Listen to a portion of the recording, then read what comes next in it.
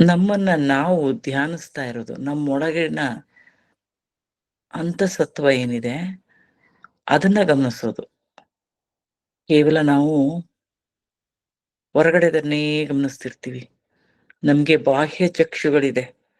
ನೋಡ್ಲಿಕ್ಕೆ ಭಗವಂತ ಕೊಟ್ಟಿದ್ದಾನೆ. ನಾವು ಹೊರಗಡೆದೆಲ್ಲ ನೋಡ್ತಾ ಇರ್ತೀವಿ. ಮಕ್ಕಳನ್ನ ನೋಡ್ತೀವಿ, ಗಂಡನ್ ನೋಡ್ತೀವಿ, ತಂದೆ ತಾಯಿನ ನೋಡ್ತೀವಿ, ಅಣ್ಣ ತಮ್ಮದರ್ನ ನೋಡ್ತೀವಿ, ಅಕ್ಕಪಕ್ಕದವ್ರನ್ನ ನೋಡ್ತೀವಿ. ಇಡೀ ಪ್ರಪಂಚವನ್ನ ನೋಡ್ತೀವಿ ಈ ಕಣ್ಗಳಿಂದ. ಈಗ ಇಂಟರ್ನೆಟ್ ಇರೋದ್ರಿಂದ ಇಡೀ ಪ್ರಪಂಚವನ್ನ ಆರಾಮಾಗಿ ನೋಡ್ತೀವಿ. ಆದ್ರೆ ನಮ್ಮನ್ನ ನೋಡ್ಕೊಳ್ಳೋ ಕಣ್ಣುಗಳು ಯಾವುದು? ನಮ್ಮನ್ನ ನಾವು ಹೇಗೆ ನೋಡ್ಕೋಬೇಕು? ಈ ಪ್ರಶ್ನೆಗೆ ಧ್ಯಾನವೇ ಉತ್ತರ. ನಮ್ಮ ಇನ್ನರ್ ಜರ್ನಿ ಮಾಡ್ಲಿಕ್ಕೆ ಈ ಧ್ಯಾನವನ್ನು ಉಪಯೋಗಿಸ್ಕೋಬೇಕು. ಧ್ಯಾನ ಅಂದ್ರೆ ಏನು? ಹೇಗೆ ಮೇಡಮ್ ಇನ್ನರ್ ಜರ್ನಿ ಮಾಡೋದು? ಈಗೆಲ್ಲ ನಮ್ಗೆ ಅಭ್ಯಾಸ ಇರೋದು ಚಿಕ್ಕ ಮಕ್ಕಳಿಂದ ಔಟರ್ ಜರ್ನಿ, ಹೊರಗಡೆದೇ ನೋಡೋದು. ಅದು ಹೀಗೆ, ಇದು ಹೀಗೆ, ಅದು ಹಾಗೆ, ಅದು ಹಾಗೆ, ಎಲ್ಲ ಬರೀ ಹೊರಗಡೆ ನೋಡ್ತಾ ಇದ್ದೀವಿ. ನಾನ್ ಯಾರು? ನನ್ಗೆ ಒಳಗಡೆ ಏನಿದೆ? ನಾನು ಯಾರು? ಈ ಪ್ರಶ್ನೆಗಳು ಬರುತ್ತೆ. ನಾವ್ ಈ ಶರೀರ ಅಲ್ವಾ? ಈ ಶರೀರ ನಂದು ಅಂತೀವಿ. ಈ ಕೈ ನಂದು, ಈ ತಲೆ ನಂದು, ಈ ಕಣ್ಣು ನಂದು, ಮೂಗು ನಂದು, ಬಾಯಿ ನಂದು. ನಂದು ಯಾರು? ಆ ನಂದು ಯಾರು? ನಾನು ಯಾರು? ನಾನು ಯಾರು? ಅದನ್ನ ಹೆಂಗ್ ಹುಡುಕೋದು? ಈ ಕೈ, ನನ್ ಕೈಯಪ್ಪ, ನನ್ ಕೈ ತುಂಬಿದ್ಬಿಟ್ರಿ ನೀವು ಅಂತೀವಿ. ನನ್ನ ಕೈ, ಇಲ್ಲಿ ನನ್ನ ಯಾರು? ಆ ನನ್ನ ಯಾರು ಅನ್ನೋ ಹುಡುಕಾಟನೆ, ನಾನು ಯಾರು ಅನ್ನೋದು ಹುಡುಕಾಟನೆ. ಇದೆಲ್ಲ ಹುಡುಕಾಟಕ್ಕೆ ನೀವು ಧ್ಯಾನವನ್ನ ಮಾಡಿದಾಗ ಮಾತ್ರ ಉತ್ತರ ಸಿಗುತ್ತೆ. ನಿಮ್ಗೆ ಈ ಧ್ಯಾನ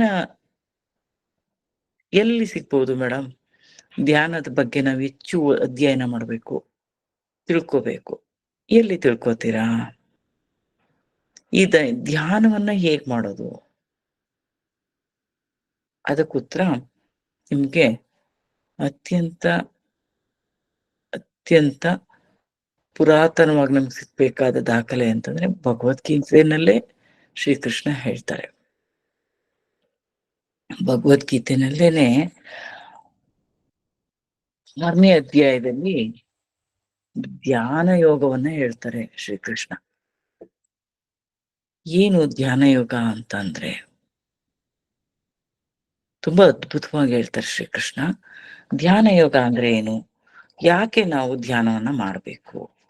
ಧ್ಯಾನದಿಂದ ಏನಾಗತ್ತೆ ನೋಡಿ. ಮೊದಲಿಗೆ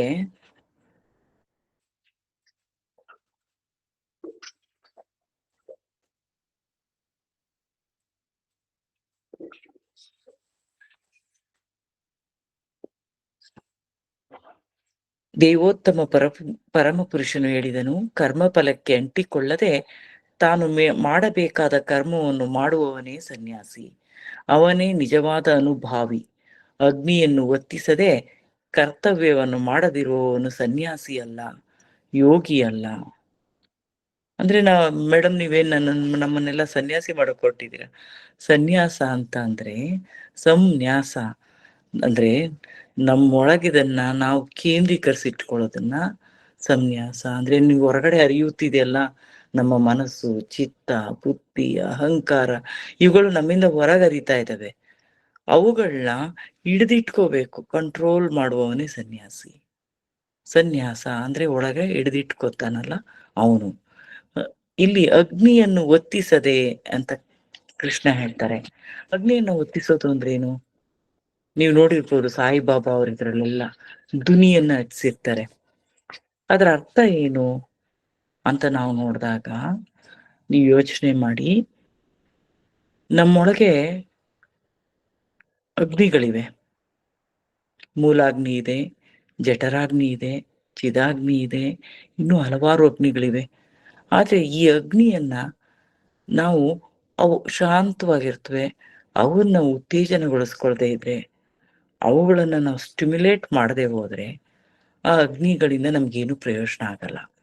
ಅಂತ ಅಗ್ನಿಯನ್ನ ನೀವ್ ಯಾವುದ್ರಿಂದ ಹಚ್ಚಿಸ್ತೀರಾ? ಯಾವುದ್ರಿಂದ ಹೇಗೆ ನಾವು ಅದನ್ನ ಆ ಫೈರ್ ಎಲ್ಲಿದೆ? ಮೂಲ ಅಗ್ನಿ ಎಲ್ಲಿದೆ? ಮೂಲಾಧಾರದಲ್ಲಿದೆ. ಆ ಮೂಲಾಧಾರದಲ್ಲಿರುವಂತಹ ಫೈರ್ ಅಂತ ಅಂದ್ರೆ ಯೋಗಿಕ ಅಗ್ನಿ ಅದು. ನಾವು ಬೆಂಕಿಯನ್ನ ಅರ್ಥದಲ್ಲಿ ಬಳಸಬಾರ್ದು ಅದನ್ನ. ಯೋಗಾಗ್ನಿಯನ್ನ ನಾವು ಹೇಗೆ ಅದನ್ನ ಬಳಸ್ಕೋಬೇಕು? ಆ ಯೋಗಾಗ್ನಿಯನ್ನ ಮೂಲಾಧಾರದಿಂದ ಸಹಸ್ರಾರದವರೆಗೂ ಹೇಗೆ ನಾವು ತಗೊಂಬರ್ಬೇಕು? ಮೂಲಾಧಾರ ಅಂತಂದ್ರೆ ನಮ್ಮ ಬೆನ್ನಿನ ಏನು ಈ ಸ್ಪೈನಲ್ ಕಾರ್ಡ್ ಇದೆಯಲ್ಲ, ಅದ್ರ ತುದಿ ಎಡ್ಜ್ ಅಂತ ಏನ್ ಹೇಳ್ತೀವಿ, ಅಲ್ಲಿ ಮೂಲಾಧಾರ ಇರುತ್ತೆ. ಅಲ್ಲಿಂದ ಹೊರಟು ನೀವು ಸ್ವಾಧಿಷ್ಠಾನ, ಮಣಿಪುರ, ಅನಾಹತ, ವಿಶುದ್ಧ, ಆಜ್ಞಾ ಮತ್ತು ಸಹಸ್ರಾರ ಇಲ್ಲಿಗೆ ತಲುಪಬೇಕು. ಇಲ್ಲಿಗೆ ತಲುಪಬೇಕು. ತಲುಪಬೇಕು ಅಂದ್ರೆ ಏನು? ಮೂಲಾಧಾರದಲ್ಲಿ ದೇವಿ ಶಕ್ತಿ ಇದೆ. ಪ್ರತಿಯೊಬ್ಬರಲ್ಲೂ ಇದೆ. ಹೆಣ್ಣು ಮತ್ತು ಗಂಡು ಇದರಲ್ಲಿ ಯಾವ ಭೇದನೂ ಇಲ್ಲ. ಇಲ್ಲಿ ಗಂಡು ಮಕ್ಳಿಗೆ ದೇವಿ ಶಕ್ತಿ ಇದೆಯಾ? ಗಂಡು ಮಕ್ಳಲ್ಲೂ ಇದೆ, ಹೆಣ್ಣು ಮಕ್ಳಲ್ಲೂ ಇದೆ. ಆ ದೇವಿ ಶಕ್ತಿ ನಮ್ಮ ಸಹಸ್ರಾರದಲ್ಲಿರುವ ಶಿವ, ಪರಮಶಿವ ಅಂತ ಏನ್ ಹೇಳ್ತೀವಿ, ಪರಮಾತ್ಮ. ಅಲ್ಲಿ ಶಿವ ಆದ್ರೂ ಹೇಳ್ಕೊಳ್ಳಿ, ನಾರಾಯಣ ಆದ್ರೂ ಹೇಳ್ಕೊಳ್ಳಿ. ಮತ್ತೆ ಮೇಡಮ್ ಯಾಕೆ ಶಿವನನ್ನೇ ಹೇಳ್ತಾರೆ ಅಂತ ಅನ್ಕೊಳಕ್ ಹೋಗ್ಬೇಡಿ. ಅಲ್ಲಿ ಪರಮ ಪುರುಷ ಇದ್ದಾನೆ. ಇಲ್ಲಿ ಪರಮ ಪುರುಷ ಮತ್ತು ಇಲ್ಲಿ ಮಹಾದೇವಿ ಇದ್ದಾರೆ ಕೆಳಭಾಗದಲ್ಲಿ. ಇವರಿಬ್ರು ಒಂದಾಗಬೇಕು. ಆ ಒಂದಾಗುವ ಸ್ಥಿತಿ ಏನಿದೆಯಲ್ಲ, ಅದೇ ಸಮಾಧಿ. ಸಮಾಧಿಯನ್ನ ಮೀರಿದಂತ ತುರ್ಯಾತೀತವಾದಂತ ಸ್ಥಿತಿ. ಆ ಸ್ಥಿತಿಗೆ ತಲುಪಿಸೋದು ಯಾವುದು ನಮ್ಮನ್ನ? ಅದು ಧ್ಯಾನ. ಈ ಧ್ಯಾನದ ಮೂಲಕ ನಾವು ಅದನ್ನ ಸಾಧಿಸಬಹುದು. ಹೇಗೆ ಧ್ಯಾನ ಮಾಡೋದು ಅಂತ ಶ್ರೀಕೃಷ್ಣ ಹೇಳ್ತಾರೆ ನೋಡಿ. ಅವರ 13 ಮತ್ತು 14ನೇ ಶ್ಲೋಕ, 6ನೇ ಅಧ್ಯಾಯದ 14 ಮತ್ತು 14ನೇ ಶ್ಲೋಕ ಇದನ್ನ ಹೇಳುತ್ತೆ. ದೇಹ, ಕುತ್ತಿಗೆ ಮತ್ತು ಶಿರಸ್ಸುಗಳನ್ನು ಒಂದು ಪಂಕ್ತಿಯಲ್ಲಿ ಸ್ಥಿರವಾಗಿಸಿಕೊಂಡು ಮೂಗಿನ ತುದಿಯನ್ನು ಒಂದೇ ಸಮನೆ ದೃಷ್ಟಿಸಬೇಕು. ಪ್ರಶಾಂತಾತ್ಮನಾಗಿ, ನಿರ್ಭಯನಾಗಿ, ಬ್ರಹ್ಮಚಾರಿಯಾಗಿ ಹೃದಯದಲ್ಲಿ ನನ್ನನ್ನೇ ಧ್ಯಾನ ಮಾಡಬೇಕು ಮತ್ತು ನನ್ನನ್ನೇ ಜೀವನದ ಅಂತಿಮ ಗುರಿಯನ್ನಾಗಿ ಮಾಡಿಕೊಳ್ಳಬೇಕು. ನಾನು ಶ್ಲೋಕಗಳನ್ನ ಹೇಳ್ತಾ ಇಲ್ಲ, ಅದರ ಅರ್ಥಗಳನ್ನ ಹೇಳ್ತಾ ಇದ್ದೀನಿ. ನಮಗೆ ಸಿಕ್ಕಿರುವ ಸ್ವಲ್ಪ ಸಮಯದಲ್ಲಿ ನಾವು ಇದನ್ನೆಲ್ಲ ತಿಳ್ಕೊಬೇಕಾಗಿರೋದ್ರಿಂದ ಶ್ಲೋಕಗಳನ್ನ ಹೇಳ್ತಾ ಇಲ್ಲ. ಇದ್ರ ಅರ್ಥ ಏನು ಅಂದ್ರೆ ನೋಡಿ, ನಾವು ನೇರವಾಗಿ ಕುಳಿತುಕೊಳ್ಳೋದನ್ನ ಅಭ್ಯಾಸ ಮಾಡ್ಬೇಕು. ಮೊದಲಿಗೆ ಧ್ಯಾನ ಮಾಡೋದ್ರಿಂದ, ನೇರವಾಗಿ ಕುಳಿತುಕೊಳ್ಳೋದ್ರಿಂದ, ನಾನು ಹೇಳಿದ್ನಲ್ಲ, ಮೂಲಾಧಾರದಿಂದ ಸ್ಪೈನಲ್ ಕಾರ್ಡ್ವರೆಗೂ ನಮ್ಮ ಯೋಗಾಗ್ನಿ ಮೇಲ್ಮುಖವಾಗಿ ಚಲಿಸೋದಕ್ಕೆ ಸಹಾಯವಾಗುತ್ತೆ. ನೇರವಾಗಿ ಕುಳಿತುಕೋಬೇಕು. ಇಲ್ಲಿ ಶ್ರೀಕೃಷ್ಣ ಅವರು ಏನ್ ಹೇಳ್ತಾರೆ, ನಮ್ಮ ನಾಸಿಕಾಗ್ರವನ್ನ ಧ್ಯಾನಿಸ್ಬೇಕು. ಒಂದು ಬಿಂದುವಲ್ಲಿ ನಾವು ಕೇಂದ್ರೀಕರಿಸ್ಬೇಕು. ಆಗ ನಮಗೆ ಇದು ಸಾಧ್ಯವಾಗುತ್ತೆ, ಸಮಾಧಿ ಸ್ಥಿತಿಯನ್ನು ತಲುಪಲಿಕ್ಕೆ ಸಾಧ್ಯವಾಗುತ್ತೆ, ಅಥವಾ ಧ್ಯಾನದ ಉದ್ದೇಶ ಸಾಧನೆ ಆಗುತ್ತೆ. ಧ್ಯಾನದ ಉದ್ದೇಶ ಏನು ಅಂತ ನಾನು ನಂತರ ಹೇಳ್ತೀನಿ. ಈ ರೀತಿ ಸಾಧನೆ ಆಗಬೇಕು ಅಂತ ಅಂದ್ರೆ ನಾವು ಮೊದಲಿಗೆ ನೇರವಾಗಿ ಕುಳಿತುಕೋಬೇಕು. ಸ್ಥಿರಂ ಸುಖಂ ಹಾಸನಂ ಅಂತ ಕರೀತಾರೆ. ಯಾರು? ಪತಂಜಲಿ ಯೋಗ ದರ್ಶನದಲ್ಲಿ ಪತಂಜಲಿ ಮಹರ್ಷಿಗಳು ಹೇಳ್ತಾರೆ, ಸುಖಂ ಸ್ಥಿರಂ ಆಸನಂ ಅಂದ್ರೆ ನಾವು ಯಾವುದೇ ಆಸನದಲ್ಲಿ ಕುಳಿತುಕೊಳ್ಳಿ. ನೀವು ಕುಳಿತಿದ್ದೀರಾ ಅಲ್ವಾ? ನೀವೀಗ ಒಂದು ಚೇರ್ ಮೇಲೆ, ನೆಲದ ಮೇಲೆ ಕೂರಕ್ಕಾಗದೇ ಇರೋ ಚೇರ್ ಮೇಲೆ ಕೂತ್ಕೊಂಡು ಆರಾಮಾಗಿ ಕೂತ್ಕೊಂಡು ಕಾಲನ್ನ ಕೆಳಗಡೆ ಬಿಟ್ಟು, ಆದ್ರೆ ಎಡಗಾಲ ಮೇಲೆ ಬಲಗಾಲನ್ನ ಹಾಕಿ, ಅಂದ್ರೆ ನಮ್ಮಲ್ಲಿರುವ ಶಕ್ತಿ ಮೇಲ್ಮುಖವಾಗಿ ಹೋಗ್ಲಿಕ್ಕೆ, ಅಂದ್ರೆ ಕೆಳಮುಖವಾಗಿ ಹೋಗ್ಬಿಡ್ಬಾರ್ದು. ನಮ್ಮಲ್ಲಿ ಜಾಗೃತವಾದಂತ ಶಕ್ತಿ, ಈಗ ನಮ್ಮೆಲ್ಲ ಶಕ್ತಿ ಕೆಳಮುಖವಾಗಿ ಹರಿತಾ ಇರುತ್ತೆ. ಒಂದು ಹುಟ್ಟಿದ ಮಗುವಿನಿಂದ ಹಿಡಿದು ನೋಡಿ, ಗ್ರಾವಿಟೇಷನ್ ಫೋರ್ಸ್ ಇರೋದ್ರಿಂದ ನಮ್ಮೆಲ್ಲ ಶಕ್ತಿ ಕೆಳಮುಖವಾಗಿ ಹರಿತಾ ಇರುತ್ತೆ. ವಯಸ್ಸಾದಂಗೆ ನಮ್ಮ ಕೆನ್ನೆಗಳೆಲ್ಲ ಇಳಿತಾ ಇರ್ತವೆ. ಉದ್ದೇಶ ಏನು? ಗ್ರಾವಿಟೇಷನ್ ಫೋರ್ಸ್ ನಮ್ಮ ಫೋರ್ಸ್ನ ಕೆಳಗಡೆ ಎಳ್ಕೊತಾ ಇರುತ್ತೆ. ಅದನ್ನ ನಾವು ಮೇಲ್ಮುಖವಾಗಿ ಚಲಿಸ್ಬೇಕು. ಮೇಲ್ಮುಖವಾಗಿ ನಮ್ಮ ಓಜಸ್ಸನ್ನ ಮೇಲ್ಮುಖವಾಗಿ ಹರಿಯುವಂತೆ ಮಾಡ್ಬೇಕು. ಅದಕ್ಕೆ ನಾವೇನ್ ಮಾಡ್ಬೇಕು? ನೇರವಾಗಿ ಕುಳಿತ್ಕೋಬೇಕು, ಸ್ಟ್ರೈಟ್ ಇರ್ಬೇಕು, ಎಲ್ಲೂ ಬಾಗ್ಬಾರ್ದು ಹಿಂಗೆ, ಹಿಂಗೆ ಸ್ಟ್ರೈಟ್ ಇರ್ಬೇಕು. ಅವಾಗ ತಡೆ ಉಂಟಾಗಲ್ಲ, ಅಡ್ಡಿ ಉಂಟಾಗಲ್ಲ. ನಾವ್ ಹಿಂಗ್ ಬಗ್ಗಿಸಿದ ತಕ್ಷಣ ಒಂದಕ್ಕೊಂದು ಪಿಂಚ್ ಆಗ್ತವೆ, ಒಂದಕ್ಕೊಂದು ಪ್ರೆಸ್ ಆಗ್ತವೆ. ಆಗ ಪ್ರೆಸ್ ಆದಾಗ ಈ ನಮ್ಮಲ್ಲಿರುವಂತ ಚಕ್ರಗಳು ಸ್ಪಷ್ಟವಾಗಿ ಕೆಲಸ ಮಾಡ್ಲಿಕ್ಕಾಗಲ್ಲ. ಹಾಗಾಗಿ ನಮ್ಮ ಬೆನ್ನಿನ ಪಣಿಯನ್ನ ನೇರವಾಗಿ ಇಟ್ಕೋಬೇಕು. ನಾಸಿಕಾಗ್ರವನ್ನ ಗಮನಿಸ್ಬೇಕು ಅಂತ ಹೇಳ್ತಾರೆ. ನಂತರ ನೀವು ನನ್ನನ್ನೇ ಧ್ಯಾನಿಸಬೇಕು ಅಂದ್ರೆ ಶ್ರೀಕೃಷ್ಣನನ್ನೇ ಧ್ಯಾನಿಸಬೇಕು ಅಂತ. ಇಲ್ಲಿ ನೀವು ಕೃಷ್ಣನನ್ನಾದ್ರೂ ಹೆಸರು ಚೇಂಜ್ ಅಷ್ಟೇ ಇಲ್ಲಿ. ನೀವು ಶಿವನನ್ನಾದ್ರೂ ಧ್ಯಾನಿಸಿ, ಕೃಷ್ಣನನ್ನಾದ್ರೂ ಧ್ಯಾನಿಸಿ, ದೇವಿಯನ್ನಾದ್ರೂ ಧ್ಯಾನಿಸಿ, ಭಗವಂತ ಗಣಪತಿಯನ್ನಾದ್ರೂ ಧ್ಯಾನಿಸಿ, ಸುಬ್ರಹ್ಮಣ್ಯನಾದ್ರೂ ಧ್ಯಾನಿಸಿ, ನಿಮ್ಗೆ ಇಷ್ಟ ದೈವವನ್ನ ಧ್ಯಾನಿಸಿ. ಎಲ್ಲವೂ ಕೊನೆಗೆ ಭಗವಂತನಿಗೆ ಹೋಗಿ ಸೇರ್ಕೊಳ್ಳುತ್ತೆ.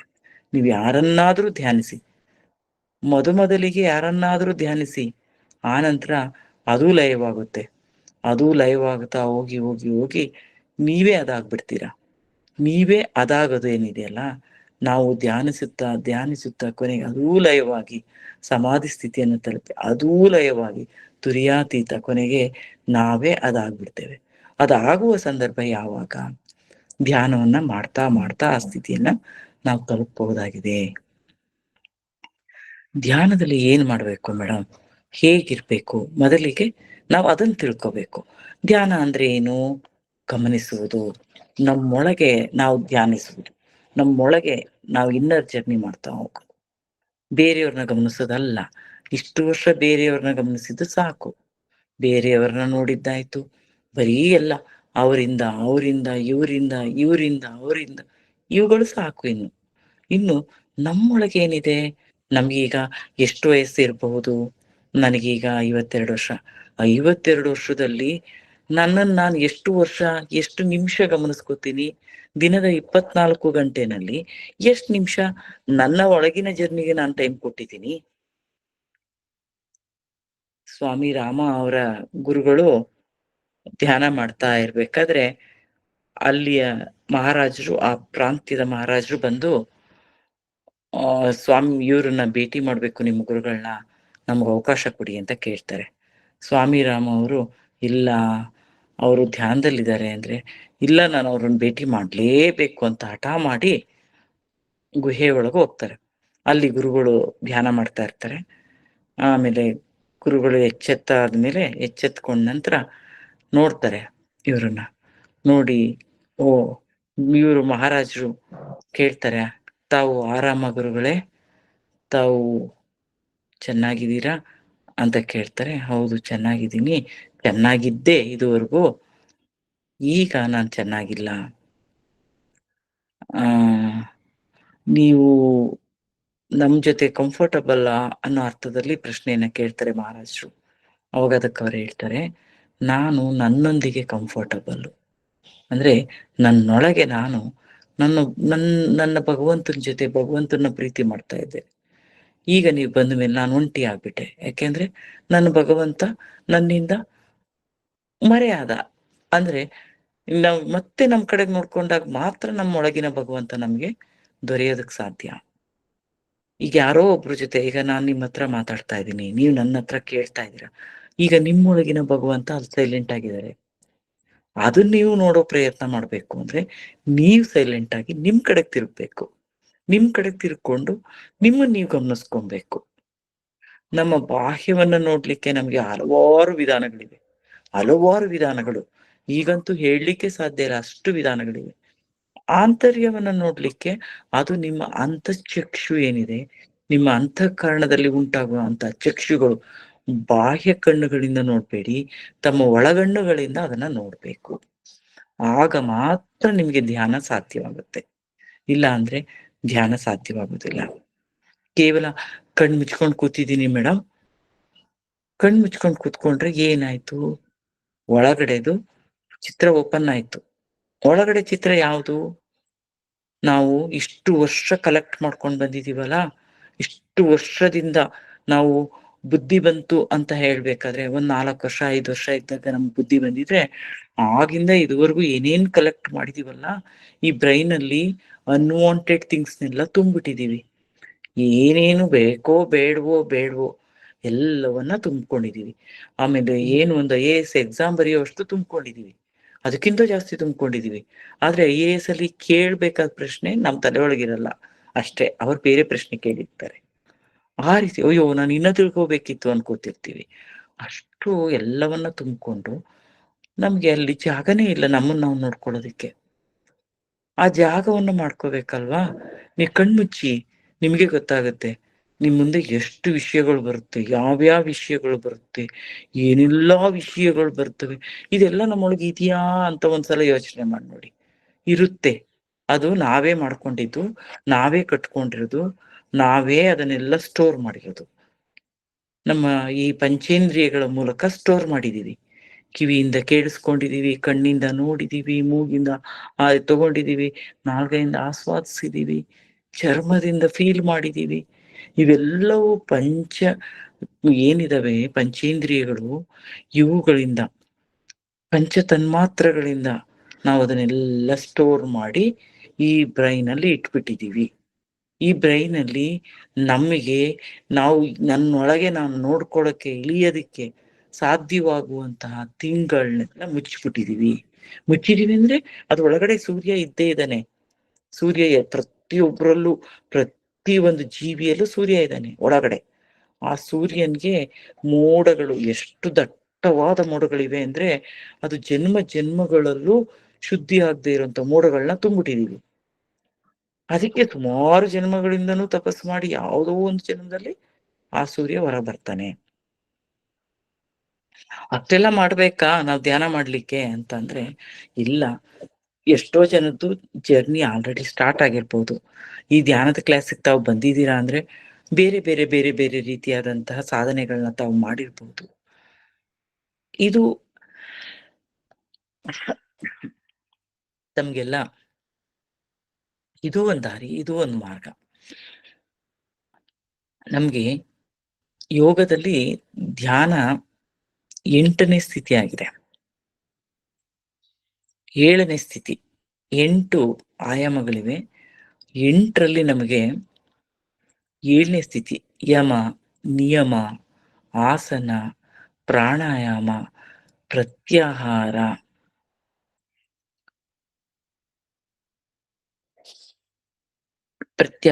ಧಾರಣ, ಧ್ಯಾನ, ಸಮಾಧಿ.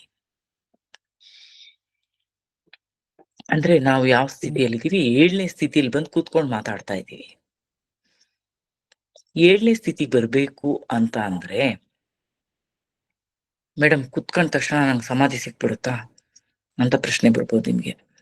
ನಾನ್ ಕುತ್ಕೊಂಡ ತಕ್ಷಣ ಯಾವುದು ಯೋಚನೆ ಬರ್ಬಾರ್ದು, ಶೂನ್ಯದಲ್ಲಿ ಇದ್ಬಿಡ್ಬೇಕು. ಸಮಾಧಿ ಅನ್ನೋದಕ್ಕಿಂತ ನಿಮ್ಗೆ ಶೂನ್ಯ ಅನ್ನೋ ಪದ ಬಳಸೋಣ. ನಾವು ಶೂನ್ಯದಲ್ಲಿ ಇದ್ಬಿಡ್ಬೇಕು ಮೇಡಮ್ ಅಂತ ಒಂದು ಸ್ಥಿತಿ ಸಾಧ್ಯನಾ ಅಂತ ನಿಮ್ ಪ್ರಶ್ನೆ ಮೂಡ್ಬೋದು. ಹೌದು, ಸಾಧ್ಯ. ಯಾವಾಗ ನಾವು ಯಮ, ನಿಯಮ, ಆಸನ, ಪ್ರತ್ಯಾಹಾರ, ಧಾರಣ ಆ ಸ್ಥಿತಿಗಳನ್ನ ದಾಟಿ ಬಂದಾಗ ಸಾಧ್ಯವಾಗುತ್ತೆ. ಮೇಡಮ್ ನನ್ಗೆ ಯೋಗನೇ ಗೊತ್ತಿಲ್ಲ. ಯೋಗ ಅಂದ್ರೆ ಕೇವಲ ಆಸನಗಳಲ್ಲ. ಯೋಗ ಅಂದ್ರೆ ಕೇವಲ ಪ್ರಾಣಾಯಾಮ ಅಲ್ಲ. ಯೋಗ ಅಂದ್ರೆ ಕೇವಲ ಯಮ ಅಲ್ಲ. ಯೋಗ ಅಂದ್ರೆ ಕೇವಲ ನಿಯಮಗಳಲ್ಲ. 8 ಆಯಾಮಗಳು ಯಾವುದು? ಯಮ, ನಿಯಮ, ಆಸನ, ಪ್ರಾಣಾಯಾಮ, ಪ್ರತ್ಯಾಹಾರ, ಧಾರಣ, ಧ್ಯಾನ, ಸಮಾಧಿ. ಇದಿಷ್ಟು ಸೇರಿದಾಗ ಯೋಗ ಆಗೋದು.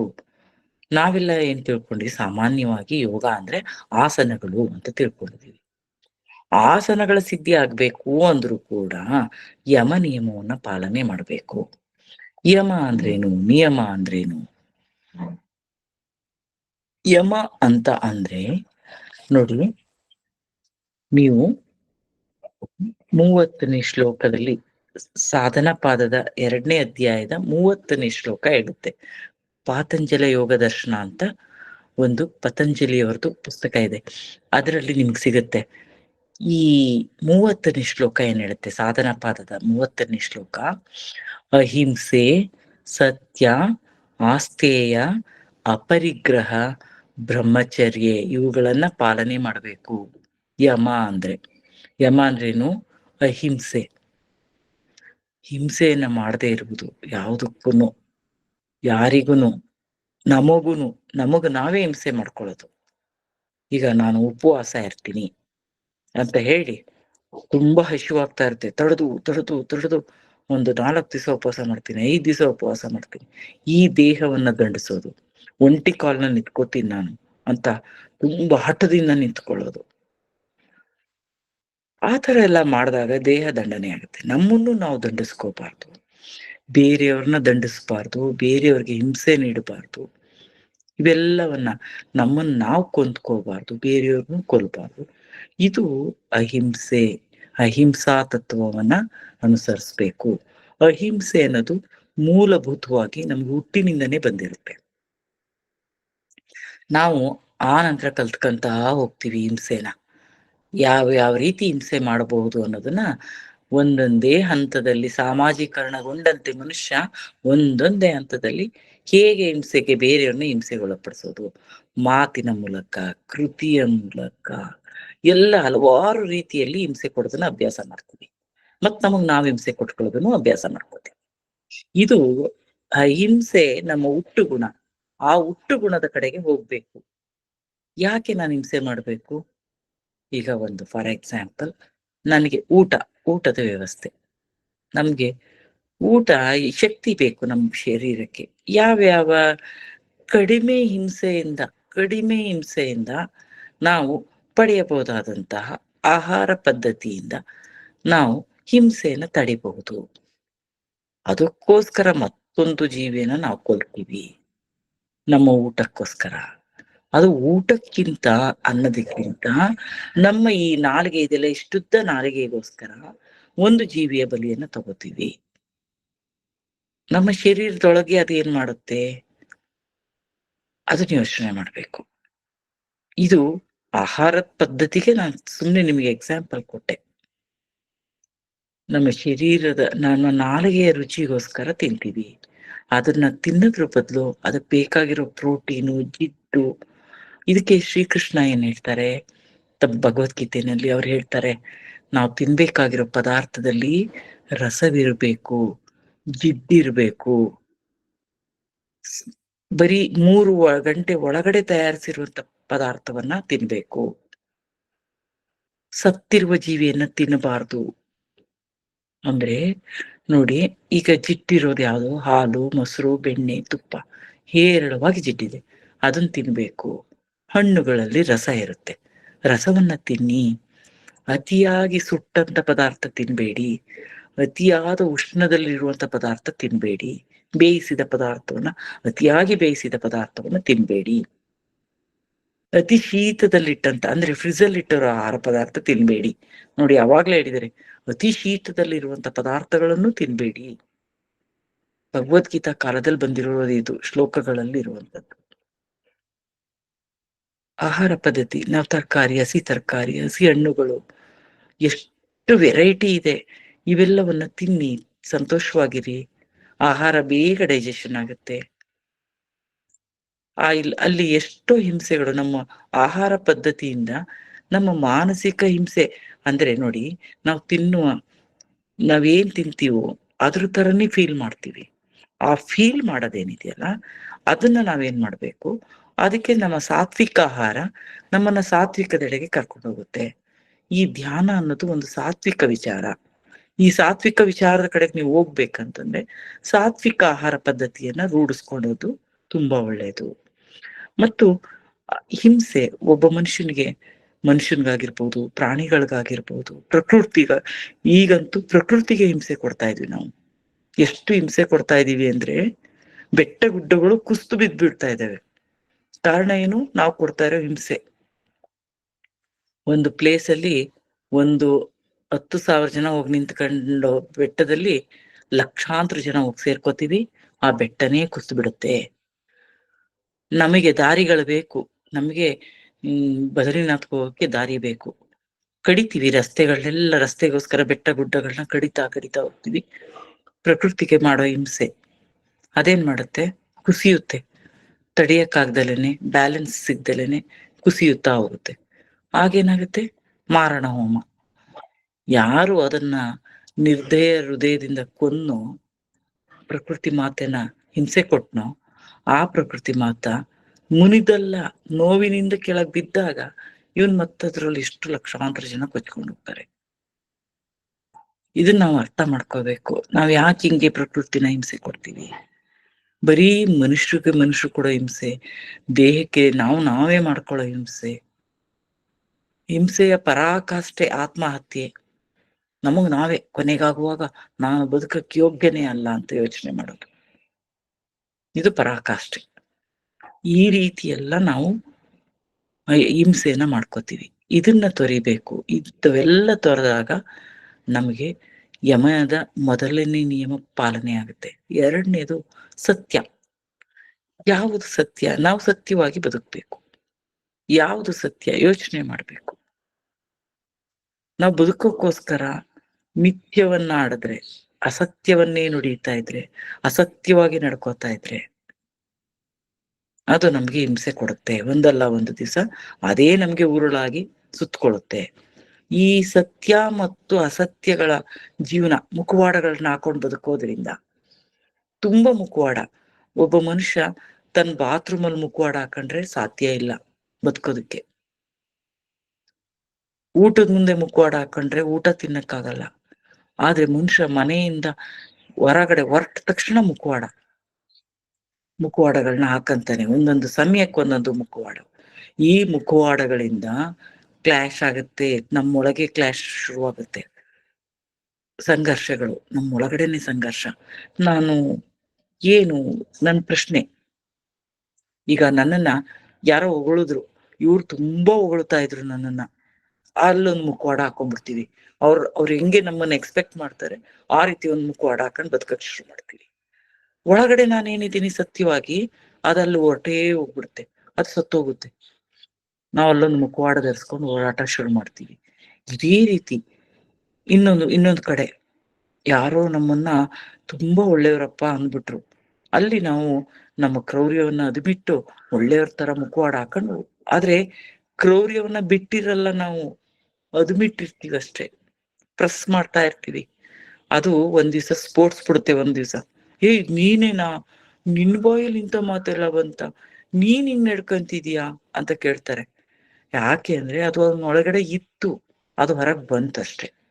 ಅದು ಬರ್ದ ಹಾಗೆ ನಾವು ಹಲವಾರು ಮುಖವಾಡಗಳನ್ನ ಧರಿಸ್ಕೊಂಡು ಓಡಾಡ್ತಾ ಇದೀವಿ. ಒಬ್ಬ ವ್ಯಕ್ತಿಗೆ ಸಾವಿರಾರು ಮುಖವಾಡ ಇದೆ. ನೀವ್ ಅನ್ಬಹುದು, ಇಲ್ಲ ನಾನು ಮೂಲತಃ ಒಳ್ಳೆಯವನು. ಧ್ಯಾನ ಮಾಡಿ ಸರ್, ಧ್ಯಾನ ಮಾಡಿ, ಗೊತ್ತಾಗುತ್ತೆ ನಾನ್ ಮೂಲತಃ ಒಳ್ಳೆಯವನ ಕೆಟ್ಟವನ. ನಮ್ಮೊಳಗೆ ನಾವು ಪ್ರಶ್ನೆ ಯಾವತ್ತೂ ಮಾಡ್ಕೊಳ್ಳೋದೇ ಇಲ್ಲ. ನಮ್ಮೊಳಗ್ ನಾವು ಪ್ರಶ್ನೆ ಮಾಡ್ಕೊಂಡ್ರೆ ನಾವು ಒಳ್ಳೆಯವರ ಕೆಟ್ಟವರ ಅದು ಇಲ್ಲವೇ ಇಲ್ಲ. ಡ್ಯುಯಲಿಸಮು ಹೊಟ್ಟೋಗ್ಬಿಡುತ್ತೆ. ಒಳ್ಳೆತನ ಕೆಟ್ಟತನ ಡ್ಯುಯಲಿಸಮ್ ಕೂಡ ಹೊಟ್ಟೋಗುತ್ತೆ. ಧ್ಯಾನ ಮಾಡ್ಬೇಕು ಫಸ್ಟ್. ನೀವು ಮಾಡ್ಬೇಕಂತಂದ್ರೆ ಸತ್ಯವಾಗಿ ಬದುಕೋದನ್ನ ಕಲಿಬೇಕು. ಹೌದು, ನಾನು ಈ ತರ ನನ್ನೊಳಗಡೆ ಈ ತರ ಒಬ್ಬ ವಿಲನ್ ಇದ್ದಾನೆ. ಆ ವಿಲನ್ ನಾನು ಬಚ್ಚಿಟ್ಟಿದ್ದೀನಿ. ಅವ್ನು ಯಾವಾಗೋ ಒಮ್ಮೆ ಸ್ಫೋಟಿಸ್ಬಿಡ್ತಾನೆ. ಯಾಕೆಂದ್ರೆ ಅವನಿಗೆ ಪ್ರೆಷರ್ ತಡ್ಕೊಳಕ್ಕಾಗಲ್ಲ, ಮುಖವಾಡದ ಪ್ರೆಷರ್ಗಳನ್ನ. ಅವನೊಂದ್ ದಿವ್ಸ ಸ್ಫೋಟಿಸ್ತಾನೆ. ಅದ್ರ ಬದಲು ಅವಾಗ ನಿಮ್ಮನ್ನ ನೀವು ಪ್ರಶ್ನೆ ಮಾಡ್ಕೊಳ್ಳಿ. ಆ ವಿಲನ್ನ 100% ಇಲ್ದಂಗ್ ಮಾಡ್ಕೊಳ್ಳಿ. ನಿಮ್ಗೆ ಯಾವ್ದೋ ಒಂದು ವ್ಯಕ್ತಿತ್ವ ಇಷ್ಟ ಆಗಿರ್ದಲ್ವಾ, ಅದೇ ನೀವಾಗ್ಬೇಕು. ಅದೇ ನೀವಾಗ್ಬೇಕು ಅಂತಂದ್ರೆ ಮುಖವಾಡದಿಂದ ಆಗ್ಬಾರ್ದು, ಸತ್ಯದಿಂದ ಆಗ್ಬೇಕು. ಈ ಸತ್ಯವನ್ನ ಪಾಲನೆ ಮಾಡ್ಬೇಕು. ಎರಡನೇದು ಆಸ್ಥೇಯ. ಆಸ್ಥೇಯ ಅಂತಂದ್ರೆ ಬೇರೆಯವರ ಅಂದ್ರೆ ನಾನು ಕದಿಯೋದು ಅಂತ. ಸ್ಥೇಯ ಅಂದ್ರೆ ಕದಿಯುವುದು, ಆಸ್ಥೇಯ ಅಂದ್ರೆ ಕದಿಯದೇ ಇರುವುದು ಅಂತ. ಈಗ ನನಗೆ ಒಂದ್ ಮನೆ ಸಾಕು, ಓಡಾಡ್ಲಿಕ್ಕೆ ಒಂದು ಕಾರು, ಒಂದು 2 ವೀಲರ್ ಸಾಕು. ಆದ್ರೆ ನನಗೆ ಒಂದು 30-40 ಮನೆ ಸಾಕಾಗದಿದ್ರೆ ನಾನು 60-40 ಮನೆ ಮಾಡೋದು, 80/80, 100/100 ಮನೆ ಮಾಡ್ಬೇಕು. ಇದು ಇನ್ನ 4 ಜನದ ಅವಕಾಶವನ್ನ ಕಸ್ತ್ಕೊಳ್ಳೋದು. ಕದಿಯುವುದು. ಕದಿಯೋದು ಅಂದ್ರೆ ಕೇವಲ ಒಂದು ವಸ್ತುನ್ ಕದಿಯೋದು ಅಂತ ಅಲ್ಲ. ನನ್ನ ಮಕ್ಕಳಿಗೆ, ನನಗೆ, ನನ್ನ ಮಕ್ಕಳಿಗೆ, ನನ್ನ ಮೊಮ್ಮಕ್ಕಳಿಗೆ, ನನ್ನ ಮೂಳು ಮಕ್ಕಳಿಗೆ, ನನ್ನ 10 ತಲೆಮಾರಿಗಾಗುವಷ್ಟು ಆಸ್ತಿಯನ್ನ ಶೇಖರಿಸಿಟ್ಬಿಡೋದು. ಆ ಶೇಖರಿಸಿದ ತಕ್ಷಣ ನಮ್ಮ ಮನಸ್ಸೆಲ್ಲಿರುತ್ತೆ, ಅದನ್ನ ಪ್ರೊಟೆಕ್ಟ್ ಮಾಡ್ಕೊಳ್ಳೋದ್ರ ಕಡೆ ಇರುತ್ತೆ. ಧ್ಯಾನದ ಕಡೆ ಬರಕ್ ಸಾಧ್ಯ ಆಗುತ್ತಾ? ಧ್ಯಾನದ ಕಡೆಗೆ ಅರಿಯೋದೇ ಇಲ್ಲ ಅದು. ಅದು ಬರೀ ಪ್ರೊಟೆಕ್ಷನ್. ನಾನು ಏನ್ ತಗೊಂಡ್ ಇಟ್ಕೊಂಡಿದೀನೋ ಅದನ್ನ ಪ್ರೊಟೆಕ್ಟ್ ಮಾಡ್ಬೇಕು. ನೀವ್ ಪ್ರೊಟೆಕ್ಟ್ ಮಾಡ್ತೀರಾ, ನಾನು ಪ್ರೊಟೆಕ್ಟ್ ಮಾಡ್ತೀನಿ, ನಮ್ಮ ಮಕ್ಳು ಮಾಡ್ತಾರೆ ಅಂತ ಇಟ್ಕೊಳ್ಳೋಣ. ನಮ್ಮನ್ನು ನಮ್ಮ ಮೊಮ್ಮಕ್ಳಿಗೆ ನಾವು ಕಷ್ಟಪಟ್ಟು ಅರ್ನ್ ಮಾಡಿ ಬೇರೆಯವರ ಅವಕಾಶಗಳನ್ನೆಲ್ಲ ಕದ್ದು ಕದ್ದು ತುಂಬಿಸಿಟ್ಟಿದೀವಲ್ಲ, ಅದ್ರ ಬೆಲೆ ಗೊತ್ತಿರಲ್ಲ. ಅವ್ರು ಅದನ್ನ ಒಂದು ಡ್ರಗ್ಸ್‌ಗೋ, ಕುಡಿತಕ್ಕೋ, ಒಂದ್ ಸೈನ್ ಹಾಕೋ ಕಳ್ದು ಬಿಡ್ತಾರೆ. 10 ತಲೆಮಾರು ಹೋಗಲ್ಲ. ಒಂದು ತಲೆಮಾರು ಏಳು, ಒಂದ್ ತಲೆಮಾರು ಬೀಳು. ಇದೇ ಪ್ರಕೃತಿ ನಿಯಮ. ಅದನ್ನ ಅರ್ಥ ಮಾಡ್ಕೊಂಡು ಈ ಸಾತ್ವಿಕ ವಿಚಾರಗಳನ್ನೇನಾದ್ರೂ ನೀವು ಮೈಗೂಡಿಸ್ಕೊಂಡ್ರೆ ಅದನ್ನ ವಂಶ ಪಾರಂಪರ್ಯವಾಗಿ ನಿಮ್ DNA ಜೊತೆ ಕಳಿಸ್ಕೊಡ್ಬೋದು. ನಿಮ್ DNA ಜೊತೆನೆ ನಿಮ್ಮ ನೂರಾರು ವಂಶಗಳು, ನೂರಾರು ತಲೆಮಾರು ಕಳಿಸ್ಬೋದು. ಕೇವಲ 10 ತಲೆಮಾರು ಯಾಕೆ, ಮುಂದೆ ಎಷ್ಟು ತಲೆಮಾರುಗಳು ಬರ್ತವೋ ಅಷ್ಟು ತಲೆಮಾರಿಗೂ ನಿಮ್ಮ ಈ ಸಾತ್ವಿಕ ವಿಚಾರಗಳು, ಧ್ಯಾನ, ಸಮಾಧಿ ಸ್ಥಿತಿ, ಈ ರೀತಿಯ ಒಂದು ಸ್ಥಿತಿಯನ್ನ ನೀವು ಸಾಧಿಸಿದ್ದೆ ಆದ್ರೆ ಅದನ್ನ ಮಕ್ಕಳಿಗೆ, ಮೊಮ್ಮಕ್ಳು ಎಲ್ರಿಗೂ ದಾನವಾಗಿ ಕೊಡ್ತಾ ಹೋಗ್ಬೋದು. ಅವರು ಬದುಕ್ತಾರೆ ಅವಾಗ. ಪ್ರಕೃತಿಯನ್ನ ಪ್ರೀತಿಸೋ ಗುಣ ಕದಿದೇ ಇರೋದು ಅಂದ್ರೆ ಬೇರೆಯವರ ಅವಕಾಶಗಳನ್ನ ಕದಿಯೋದು ಕೂಡ ಕದ್ದ ಹಾಗೇನೆ. ನಾವು ಅದನ್ನ ಅರ್ಥ ಮಾಡ್ಕೋಬೇಕು. ಕೇವಲ ಕದಿಯೋದು ಅಂದ್ರೆ ವಸ್ತು ಅಂತ ಅನ್ಕೋಬಾರ್ದು.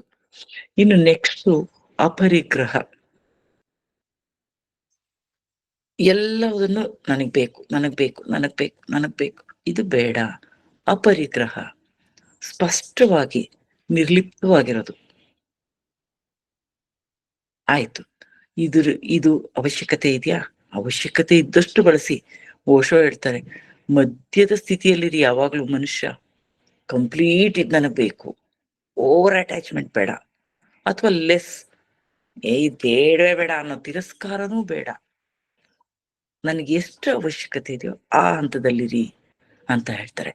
ಇನ್ನು ಬ್ರಹ್ಮಚರ್ಯ. ಈ ಬ್ರಹ್ಮಚರ್ಯ ಅಂದ್ರೇನು? ನಾವು ಯೋಚನೆ ಮಾಡ್ಬೇಕು. ಈ ನಮ್ಮ ಪಂಚೇಂದ್ರಿಯಗಳನ್ನ ಯಾರು ಹಿಡಿತದಲ್ಲಿಟ್ಕೋತಾನೋ ಅವನನ್ನ ಬ್ರಹ್ಮಚರ್ಯ ಅಂತ ಕರೆಯೋದು. ಬ್ರಹ್ಮಚಾರಿ ಅಂತ ಅಂದ್ರೆ ನಾವ್ ಅನ್ಕೊಂಡ್ಬಿಡ್ತೀವಿ ಆಮ್ ಒಂದು ಹೆಣ್ಣನ್ನ ನೋಡದೇ ಇರೋದು, ಅಥವಾ ನಾನ್ ವೆಜ್ ಅನ್ನ ತಿಂದೇ ಇರೋದು ಅಂತ ಈ ತರ ಭಾವನೆಗಳು. ಅದು ಸಿಂಪಲ್ ಅರ್ಥದಲ್ಲಿ. ಆದ್ರೆ ಅದಲ್ಲ ಬ್ರಹ್ಮಚರ್ಯ ಅಂದ್ರೆ. ನಮ್ಮ ಪಂಚೇಂದ್ರಿಯಗಳು, ಪಂಚ ತನ್ಮಾತ್ರಗಳು ಹೊರಗಡೆ ಹರಿಯದ ಹಾಗೆ ಅದನ್ನ ಬ್ರಹ್ಮನ ಕಡೆಗೆ ತಿರುಗಿಸೋದು ಬ್ರಹ್ಮಚರ್ಯ. ಬ್ರಹ್ಮನ ಕಡೆಗೆ ನೀನ್ ತಿರುಗಿಸ್ಕೋ. ನನ್ನ ಕಣ್ಣು ಸದಾ ದೇವಿಯನ್ನೇ ನೋಡುತ್ತೆ, ನನ್ನ ಮೂಗು ಸದಾ ದೇವಿಯನ್ನೇ ಉಸಿರಾಡುತ್ತೆ, ನನ್ನ ಕಿವಿ ಸದಾ ದೇವರ ನಾಮಗಳನ್ನೇ ಕೇಳುತ್ತೆ, ನನ್ನ ಚರ್ಮ ಸದಾ ದೇವರ ಪಾದಗಳನ್ನೇ ಸ್ಪರ್ಶಿಸುತ್ತೆ, ನನ್ನ ನಾಲಿಗೆ ಸದಾ ದೇವರ ಧ್ಯಾನವನ್ನೇ ಹೇಳುತ್ತೆ, ಶ್ಲೋಕಗಳನ್ನ ಹೇಳುತ್ತೆ. ಇದು ಬ್ರಹ್ಮಚರ್ಯ. ಬ್ರಹ್ಮನ ಕಡೆಗೆ ನಾವು ಕಾನ್ಸಂಟ್ರೇಟ್ ಮಾಡ್ತೀವಲ್ಲ, ಅದು ಬ್ರಹ್ಮಚರ್ಯ. ಅದನ್ನ ಮಾಡಬೇಕು. ಬ್ರಹ್ಮಚರ್ಯ ಅಂದ್ರೆ ಮಡಿಯನ್ನುಟ್ಟು ನಾನು ಯಾವುದೇ ಸ್ತ್ರೀಯನ್ನು ನೋಡುವುದಿಲ್ಲ, ನಾನು ಯಾವುದೇ ನಾನ್ ವೆಜ್ ಅನ್ನು ತಿನ್ನುವುದಿಲ್ಲ. ದಟ್ ಈಸ್ ನಾಟ್ ಎ ಬ್ರಹ್ಮಚರ್ಯ. ಅದು ಒಂದು ವಿಧಾನ ಅಷ್ಟೇ. ಮೋಹಕ್ಕೆ ಒಳಗಾಗುವುದಿಲ್ಲ. ಯಾವುದೇ ಮೋಹಕ್ಕೆ, ಯಾವುದೇ ರಾಗದ್ವೇಷಗಳಿಗೆ ನಾನು ಒಳಗಾಗುವುದಿಲ್ಲ. ಅವೆಲ್ಲವನ್ನ ಝೀರೋಗಿಟ್ಟು ನಾವು ಒಳಮುಖವಾಗಿ ಯಾವಾಗ ಪ್ರವಹಿಸ್ತೀವೋ, ಅಂದ್ರೆ ಒಳಗಿರುವ ಬ್ರಹ್ಮಶಕ್ತಿಯನ್ನ ನಾವು ಮುಟ್ಟುತ್ತೀವಲ್ಲ, ಅದು ಬ್ರಹ್ಮಚರ್ಯ. ನಮ್ಮ ಚರ್ಯಗಳೇನಿದೆ ಅದೆಲ್ಲವೂ ಬ್ರಾಹ್ಮಣ ಕಡೆಗೆ ಸುಳಿಯುವುದೇ ಬ್ರಹ್ಮಚರ್ಯ. ಇದನ್ನ ನಾವು ಯಾವ್ದ್ರಲ್ಲಿ ಕಲಿತೀವಿ? ಯಮದಲ್ಲಿ ಇಷ್ಟು ಪಾಲನೆ ಮಾಡ್ತೀವಿ. ಇನ್ನು ನಿಯಮಗಳೇನು? ಶೌಚ. ಶೌಚ ಅಂದ್ರೆ ಸ್ನಾನ ಮಾಡೋದಾ? ಮೇಲ್ಗಡೆ ಸ್ನಾನ ಮಾಡ್ತೀವಿ, ಶೌಚವಾಗಿದ್ದೀವಿ. ಅಯ್ಯೋ ಮೇಡಮ್, ಬೆಳಗ್ಗೆ ಸಂಜೆ 2 ಸಲ ಸ್ನಾನ ಮಾಡ್ತೀವಿ, ನೀನ್ ಶೌಚನಾ? ಪ್ರಶ್ನೆ ಮಾಡ್ಕೋಬೇಕು. ಅಲ್ಲ, ಒಳಗಡೆ ಶೌಚವಾಗಿದೀವ, ಮನಸ್ಸಿನಲ್ಲಿ ಬೇರೆಯವ್ರಿಗೆ ಹಂಗಾಗ್ಲಿ, ಅವ್ರ ಹಿಂಗಾಗ್ಲಿ, ಅಂತ ಶಪಿಸ್ತಾ ಇರ್ತೀವಿ, ಬೇರೆಯವ್ರಿಗೆ ಬೈತಾ ಇರ್ತೀವಿ, ಗೊಣಗ್ತಾ ಇರ್ತೀವಿ ಒಳಗಡೆನೆ. ಹೊರಗಡೆ ಮೇಲೆ ನಿಮ್ಗೆ ಒಳ್ಳೇದಾಗ್ಲಿ ನಿಮ್ಗೆ ಒಳ್ಳೇದಾಗ್ಲಿ ಅಂದ್ಬಿಟ್ಟು ಒಳಗಡೆ ನೀನ್ ಮಾಡಿದ ಅವತ್ತು ನೀನ್ ಕೆಟ್ಟದಾಗ್ಲಿ ಅಂತ ಬೈಕೋತಾ ಇರ್ತೀವಿ. ಇಲ್ಲಿ ಶೌಚ ಅನ್ನೋದು ಇರೋದಿಲ್ಲ. ಆ ಶೌಚ ಅಂತಂದ್ರೆ ನಾನು ಒಳಗಡೆಯಿಂದ ಮಡಿ ಇದ್ರೆ ನೀನ್ ಹೊರಗಡೆ ತಿಂಗಳಾನ್ಗಟ್ಟೆ ಸ್ನಾನ ಮಾಡದಿದ್ರು ನಡೆಯುತ್ತೆ. ಹಾಗಂತ ನಡೆಯಲ್ಲ, ಕಾಯಿಲೆ ಬರುತ್ತೆ, ಆರೋಗ್ಯ. ಆದ್ರೆ ಒಳಗಡೆಯಿಂದ ನೀನ್ ಶುದ್ಧವಾಗಿರು. ನಾವೀಗ ಕುಂಭಮೇಳದಲ್ಲಿ ಕೇಳ್ತಾ ಇದೀವಿ, ಎಷ್ಟೋ ತಿಂಗಳುಗಳ ಗಟ್ಲೆ ಸ್ನಾನ ಮಾಡಿಲ್ಲ, ಎಷ್ಟೋ ಹೇಗ್ ಸಾಧ್ಯ? ಹೇಗ್ ಸಾಧ್ಯ? ಒಳಗಡೆ ಯಾವ ರಾಗ ದ್ವೇಷಗಳು ಇಲ್ಲ ಅಲ್ಲಿ. ಒಳಗಡೆ ಫುಲ್ಲು ಝೀರೋದಲ್ಲಿದ್ದಾರೆ. ಹೊರಗಡೆ ಪ್ರಕೃತಿ ಅದೇ ಕ್ಲೀನ್ ಮಾಡ್ತಿರುತ್ತ ಅವ್ರನ್ನ, ಅದೇ ಕ್ಲೀನ್ ಮಾಡ್ತಾ ಇರುತ್ತೆ ಅವ್ರಿಗೆ. ಮನುಷ್ಯ ಸ್ನಾನ ಕಲ್ತ್ಕೊಂಡಿದ್ ಬಹಳ ವರ್ಷಗಳ ನಂತರ ಹುಟ್ಟಿದ ಎಷ್ಟೋ ಮನುಷ್ಯನ ಉಗಮ ಆಯ್ತಲ್ಲ. ನೀವು ನೋಡಿ ಶಿಲಾಯುಗ ಅವೆಲ್ಲ ಚೆಕ್ ಮಾಡಿ ನೋಡ್ತಾ ಹೋಗಿ, ಆಗ ಮನುಷ್ಯ ಹೇಗಿದ್ದ ಅಂತ. ಅವನ್ನೆಲ್ಲ ನೀವು ತಿಳ್ಕೊಂಡ್ರೆ ಗೊತ್ತಾಗುತ್ತೆ. ಸ್ನಾನ ಅನ್ನೋದು ಅನಂತರದ ಅನ್ವೇಷಣೆ. ಅದು ನೀವು ಪ್ರಾಣಿ ಪಕ್ಷಿಗಳನ್ನ ನೋಡಿ, ಅವೆಲ್ಲವೂ ಏನು ಪ್ರತಿನಿತ್ಯ ಎದ್ದ ತಕ್ಷಣ ಅವು ಯಾವಾಗೋ ಹೋಗಿ ನೀರಿನಲ್ಲಿ ಮುಳುಗ್ತವೆ. ನಾವು ಒಳಗಡೆ 1000 ಕೊಳಕನ್ನ ತುಂಬಿಕೊಂಡು ಹೊರಗಡೆ ತೊಳೆದ್ರೆ ಏನ್ ಬಂತು? ಬಸವಣ್ಣನವರು ಅದನ್ನೇ ಹೇಳ್ತಾರೆ. ಒಳಗಡೆ ನಿನ್ನೊಳಗೆ ಮನದೊಳಗೆ ರಜೆ ತುಂಬಿ ಮನದೊಳಗೆ ವಿಷಯ ತುಂಬಿ ಮನದೊಳಗೆ ಮನೆಯೊಡೆಯನಿಲ್ಲ, ಮನದೊಳಗೆ ಮನೆಯೊಡೆಯನಿಲ್ಲ. ಅಲ್ಲಿ ಮನೆಯೊಡೆಯನೇ ಇಲ್ಲ. ಅಲ್ಲಿ ನೀವು ಮೇಲ್ಗಡೆ ನೀರು ಇಕ್ಕೊಂಡ್ರೆ ಏನ್ ಬಂತು? ಗುಂಡು ಮುಳುಗನ ಹಕ್ಕಿ ಹಾಗೆ ಹೋಗಿ ನೀರೊಳಗೆ ಮುಳುಗಿ ಮುಳುಗಿ ಎದ್ದು ಬಂದ್ರೆ ನೀನು ಶುದ್ಧವಾದ್ಯಾ ಅಂತ ಪ್ರಶ್ನೆ. ಇದು ಶೌಚ ಅಂತ ಕರೀತಾರೆ. ಈ ಶುದ್ಧಿ ನಮ್ಮಲ್ಲಿ ಬೇಕು, ಮಾನಸಿಕ ಶುದ್ಧಿ. ಇದನ್ನ ಯಾವುದರಿಂದ ಸಾಧಿಸ್ಬೋದು? ಧ್ಯಾನದಿಂದ ಸಾಧಿಸ್ಬೋದು. ಆ ಶೌಚವನ್ನ ನಾವು ಪ್ರಾಕ್ಟೀಸ್ ಮಾಡ್ಬೇಕು. ಇವೆಲ್ಲ ಮೇಡಮ್ ಒಂದ್ ದಿವ್ಸದಲ್ಲಿ ಆಗ್ಬಿಡುತ್ತಾ? ಒಂದು ದಿವಸದಲ್ಲಿ ಏನೂ ಆಗಲ್ಲ. ಎಲ್ಲವನ್ನು ಪ್ರಾಕ್ಟೀಸ್ ಮಾಡ್ಬೇಕು. ಮಾಡ್ತಾ ಮಾಡ್ತಾ ಒಮ್ಮೆ ನಾವು ಶೌಚಗೊಳ್ತೀವಿ. ಯಾರನ್ನು ದ್ವೇಷಿಸದೇ ಇರೋದು. ಶ್ರೀಕೃಷ್ಣ ಹೇಳ್ತಾರೆ, ನಿನ್ಗೆ ಯಾವಾಗ ಒಬ್ಬ ಕಳ್ಳ, ಒಬ್ಬ ರಾಕ್ಷಸ, ಒಬ್ಬ ಮನುಷ್ಯ, ಒಬ್ಬ ದೇವ್ರು ಇವ್ರ ಅಂತರ ಇರೋದಿಲ್ವೋ, ಇವ್ರ ಬಗ್ಗೆ ಅಂತರನೇ ಇರಬಾರ್ದು ನಿನಗೆ, ಅಲ್ಲಿ ಶುದ್ಧವಾಗ್ಬಿಟ್ಟಿದ್ದೀನಿ ನಾನು. ನಮ್ಮ ಮನೆಗೆ ಇವತ್ತು ಯಾರೋ ಒಬ್ರು IAS ಅಧಿಕಾರಿ ಬರ್ತಾರೆ ಅಂದ್ರೆ ಸುಂದರವಾಗಿ ಡೆಕೋರೇಟ್ ಮಾಡ್ಬಿಡ್ತೀನಿ. ಏನ್ ಹಂಗೆ ಹಂಗೆ ಹಂಗೆ ಮನೆ ಡೆಕೋರೇಷನ್ ಏನು, ಊಟ ವ್ಯವಸ್ಥೆ ಏನು ಎಲ್ಲ ಮಾಡ್ಬಿಡ್ತೀವಿ. ಅದೇ ಒಬ್ಬ ನಮ್ಮ ಮನೆ ಕಸ ಹೊತ್ಕೊಂಡು ಒಬ್ಬ ವ್ಯಕ್ತಿ ಬರ್ತಾನೆ. ಆ ವ್ಯಕ್ತಿಗೆ ಮುಖ ಕೂಡ ನೋಡಲ್ಲ, ಹಲೋ ಹೇಳಲ್ಲ, ಹೇಗಿದ್ದೀರಾ ಅಂತ ಒಮ್ಮೆ ಪ್ರಶ್ನೆ ಮಾಡಲ್ಲ. ನಮ್ಮ ಮನೆಯ ಎಲ್ಲ ಕಸವನ್ನ ಪಾಪ ಪ್ರತಿನಿತ್ಯ ತಗೊಂಡೋಗ್ತಾನೆ. ಅವನ್ ಕಾಯಕ. ಆ ಕಾಯಕಕ್ಕೆ ನಾವು ಬೆಲೆ ಕೊಡಲ್ಲ. ಹಾಗಾದ್ರೆ ಅಲ್ಲಿ ನಾವು ಶುದ್ಧವಾಗಿದ್ದೀವಾ? ಇಲ್ಲ. ನಾವು ಒಳಗಡೆ ಶುದ್ಧವಾಗಿಲ್ಲ. ಇದು ಅಂತ ಶುದ್ಧತೆ ನಮ್ಮಲ್ಲಿ ಬರ್ಬೇಕು. ಅಂತ ಶುದ್ಧತೆ ನಮ್ಗೆ ಯಾವಾಗ ಬರುತ್ತೋ ಅವಾಗ ನಾವು ಧ್ಯಾನದ ಕಡೆಗೆ ಹೋಗೋದಕ್ಕೆ ಸಾಧ್ಯವಾಗುತ್ತೆ. ಎರಡನೇದು ಸಂತೋಷ. ಸಂತೋಷ ಯಾವಾಗ ಬರುತ್ತೆ ಮೇಡಮ್? ಯಾವಾಗ್ಲೂ ಕಿರಿಕಿರಿ. ನನ್ ಮಗನ್ ಕಿರಿಕಿರಿ, ನನ್ ಮಗಳು ಕಿರಿಕಿರಿ, ನನ್ ಗಂಡನ್ ಕಿರಿಕಿರಿ, ನಮ್ಮ ಅಪ್ಪ ಅಮ್ಮನ್ ಕಿರಿಕಿರಿ, ನಮ್ ಬಾಸ್ ಕಿರಿಕಿರಿ, ಆಫೀಸಲ್ಲಿ ಕಿರಿಕಿರಿ, ಎಲ್ಲಾ ಕಡೆ ಕಿರಿಕಿರಿ, ನೈಬರ್ಸ್ ಕಿರಿಕಿರಿ. ಯಾಕೆ ಈ ಕಿರಿಕಿರಿ? ಹೊರಗಡೆ ಇಲ್ಲ ಕಿರಿಕಿರಿ, ಒಳಗಡೆ ಇದೆ ಕಿರಿಕಿರಿ. ಅದು ಹೊರಗಿಂದ ಆದದ್ದಲ್ಲ, ಒಳಗಡೆ ಇದ್ದದ್ದು. ಸಂತೋಷವಾಗಿರೋದಕ್ಕೆ ನಮಗ್ ಗೊತ್ತಿಲ್ಲ. ಅಂದ್ರೆ ಇರುವಷ್ಟು ವಸ್ತುವಿನಲ್ಲಿ, ಇರುವಷ್ಟು ಅವಕಾಶಗಳಲ್ಲಿ ನಾವು ತೃಪ್ತರಾದ್ರೆ ಸಂತೋಷ ಆಟೋಮೆಟಿಕಲಿ ಬರುತ್ತೆ. ಇರುವಷ್ಟು. ಈಗ ನನ್ನ ಹತ್ರ ಒಂದು 30-40 ಮನೆ ಇದೆ, ನಾನು ಸಂತೋಷವಾಗಿದ್ದೀನಿ. ಅಥವಾ ನನ್ನ ಮನೆ ಇಲ್ಲ, ಬಾಡಿಗೆ ಮನೆ ಇದೆ, ಅದರಲ್ಲೇ ಸಂತೋಷವಾಗಿದ್ದೀನಿ. ಬಾಡಿಗೆ ಕಟ್ತಾ ಇದ್ದೀನಿ, ಅದರಲ್ಲೇ ಸಂತೋಷವಾಗಿದ್ದೀನಿ. ಈ ಮನೋಭಾವನೆ ಇರ್ಬೇಕು. ಇಲ್ಲಿ ಓಶೋ ಒಂದ್ ಹೇಳ್ತಾರೆ, ನಾವ್ ಯಾವಾಗ್ಲೂ ದುಃಖ ಪಡೋದು ಯಾಕೆ ಅಂದ್ರೆ ಬೇರೆಯವ್ರನ್ನ ನೋಡಿ ಅಂತೆ. ನಮ್ಮ ಒಳಗಡೆ ಸಂತೋಷ ಅನ್ನೋದು ಹುಟ್ಟಿನಿಂದನೇ ಇದೆ. ಒಂದ್ ಮಗು ನೋಡಿ, ಅದು ಪುಟ್ಟು ಮಗು ನಗ್ತಾ ಇರುತ್ತೆ, ತನ್ನಷ್ಟಕ್ಕೆ ತಾನೇ ನಗ್ತಾ ಇರುತ್ತೆ.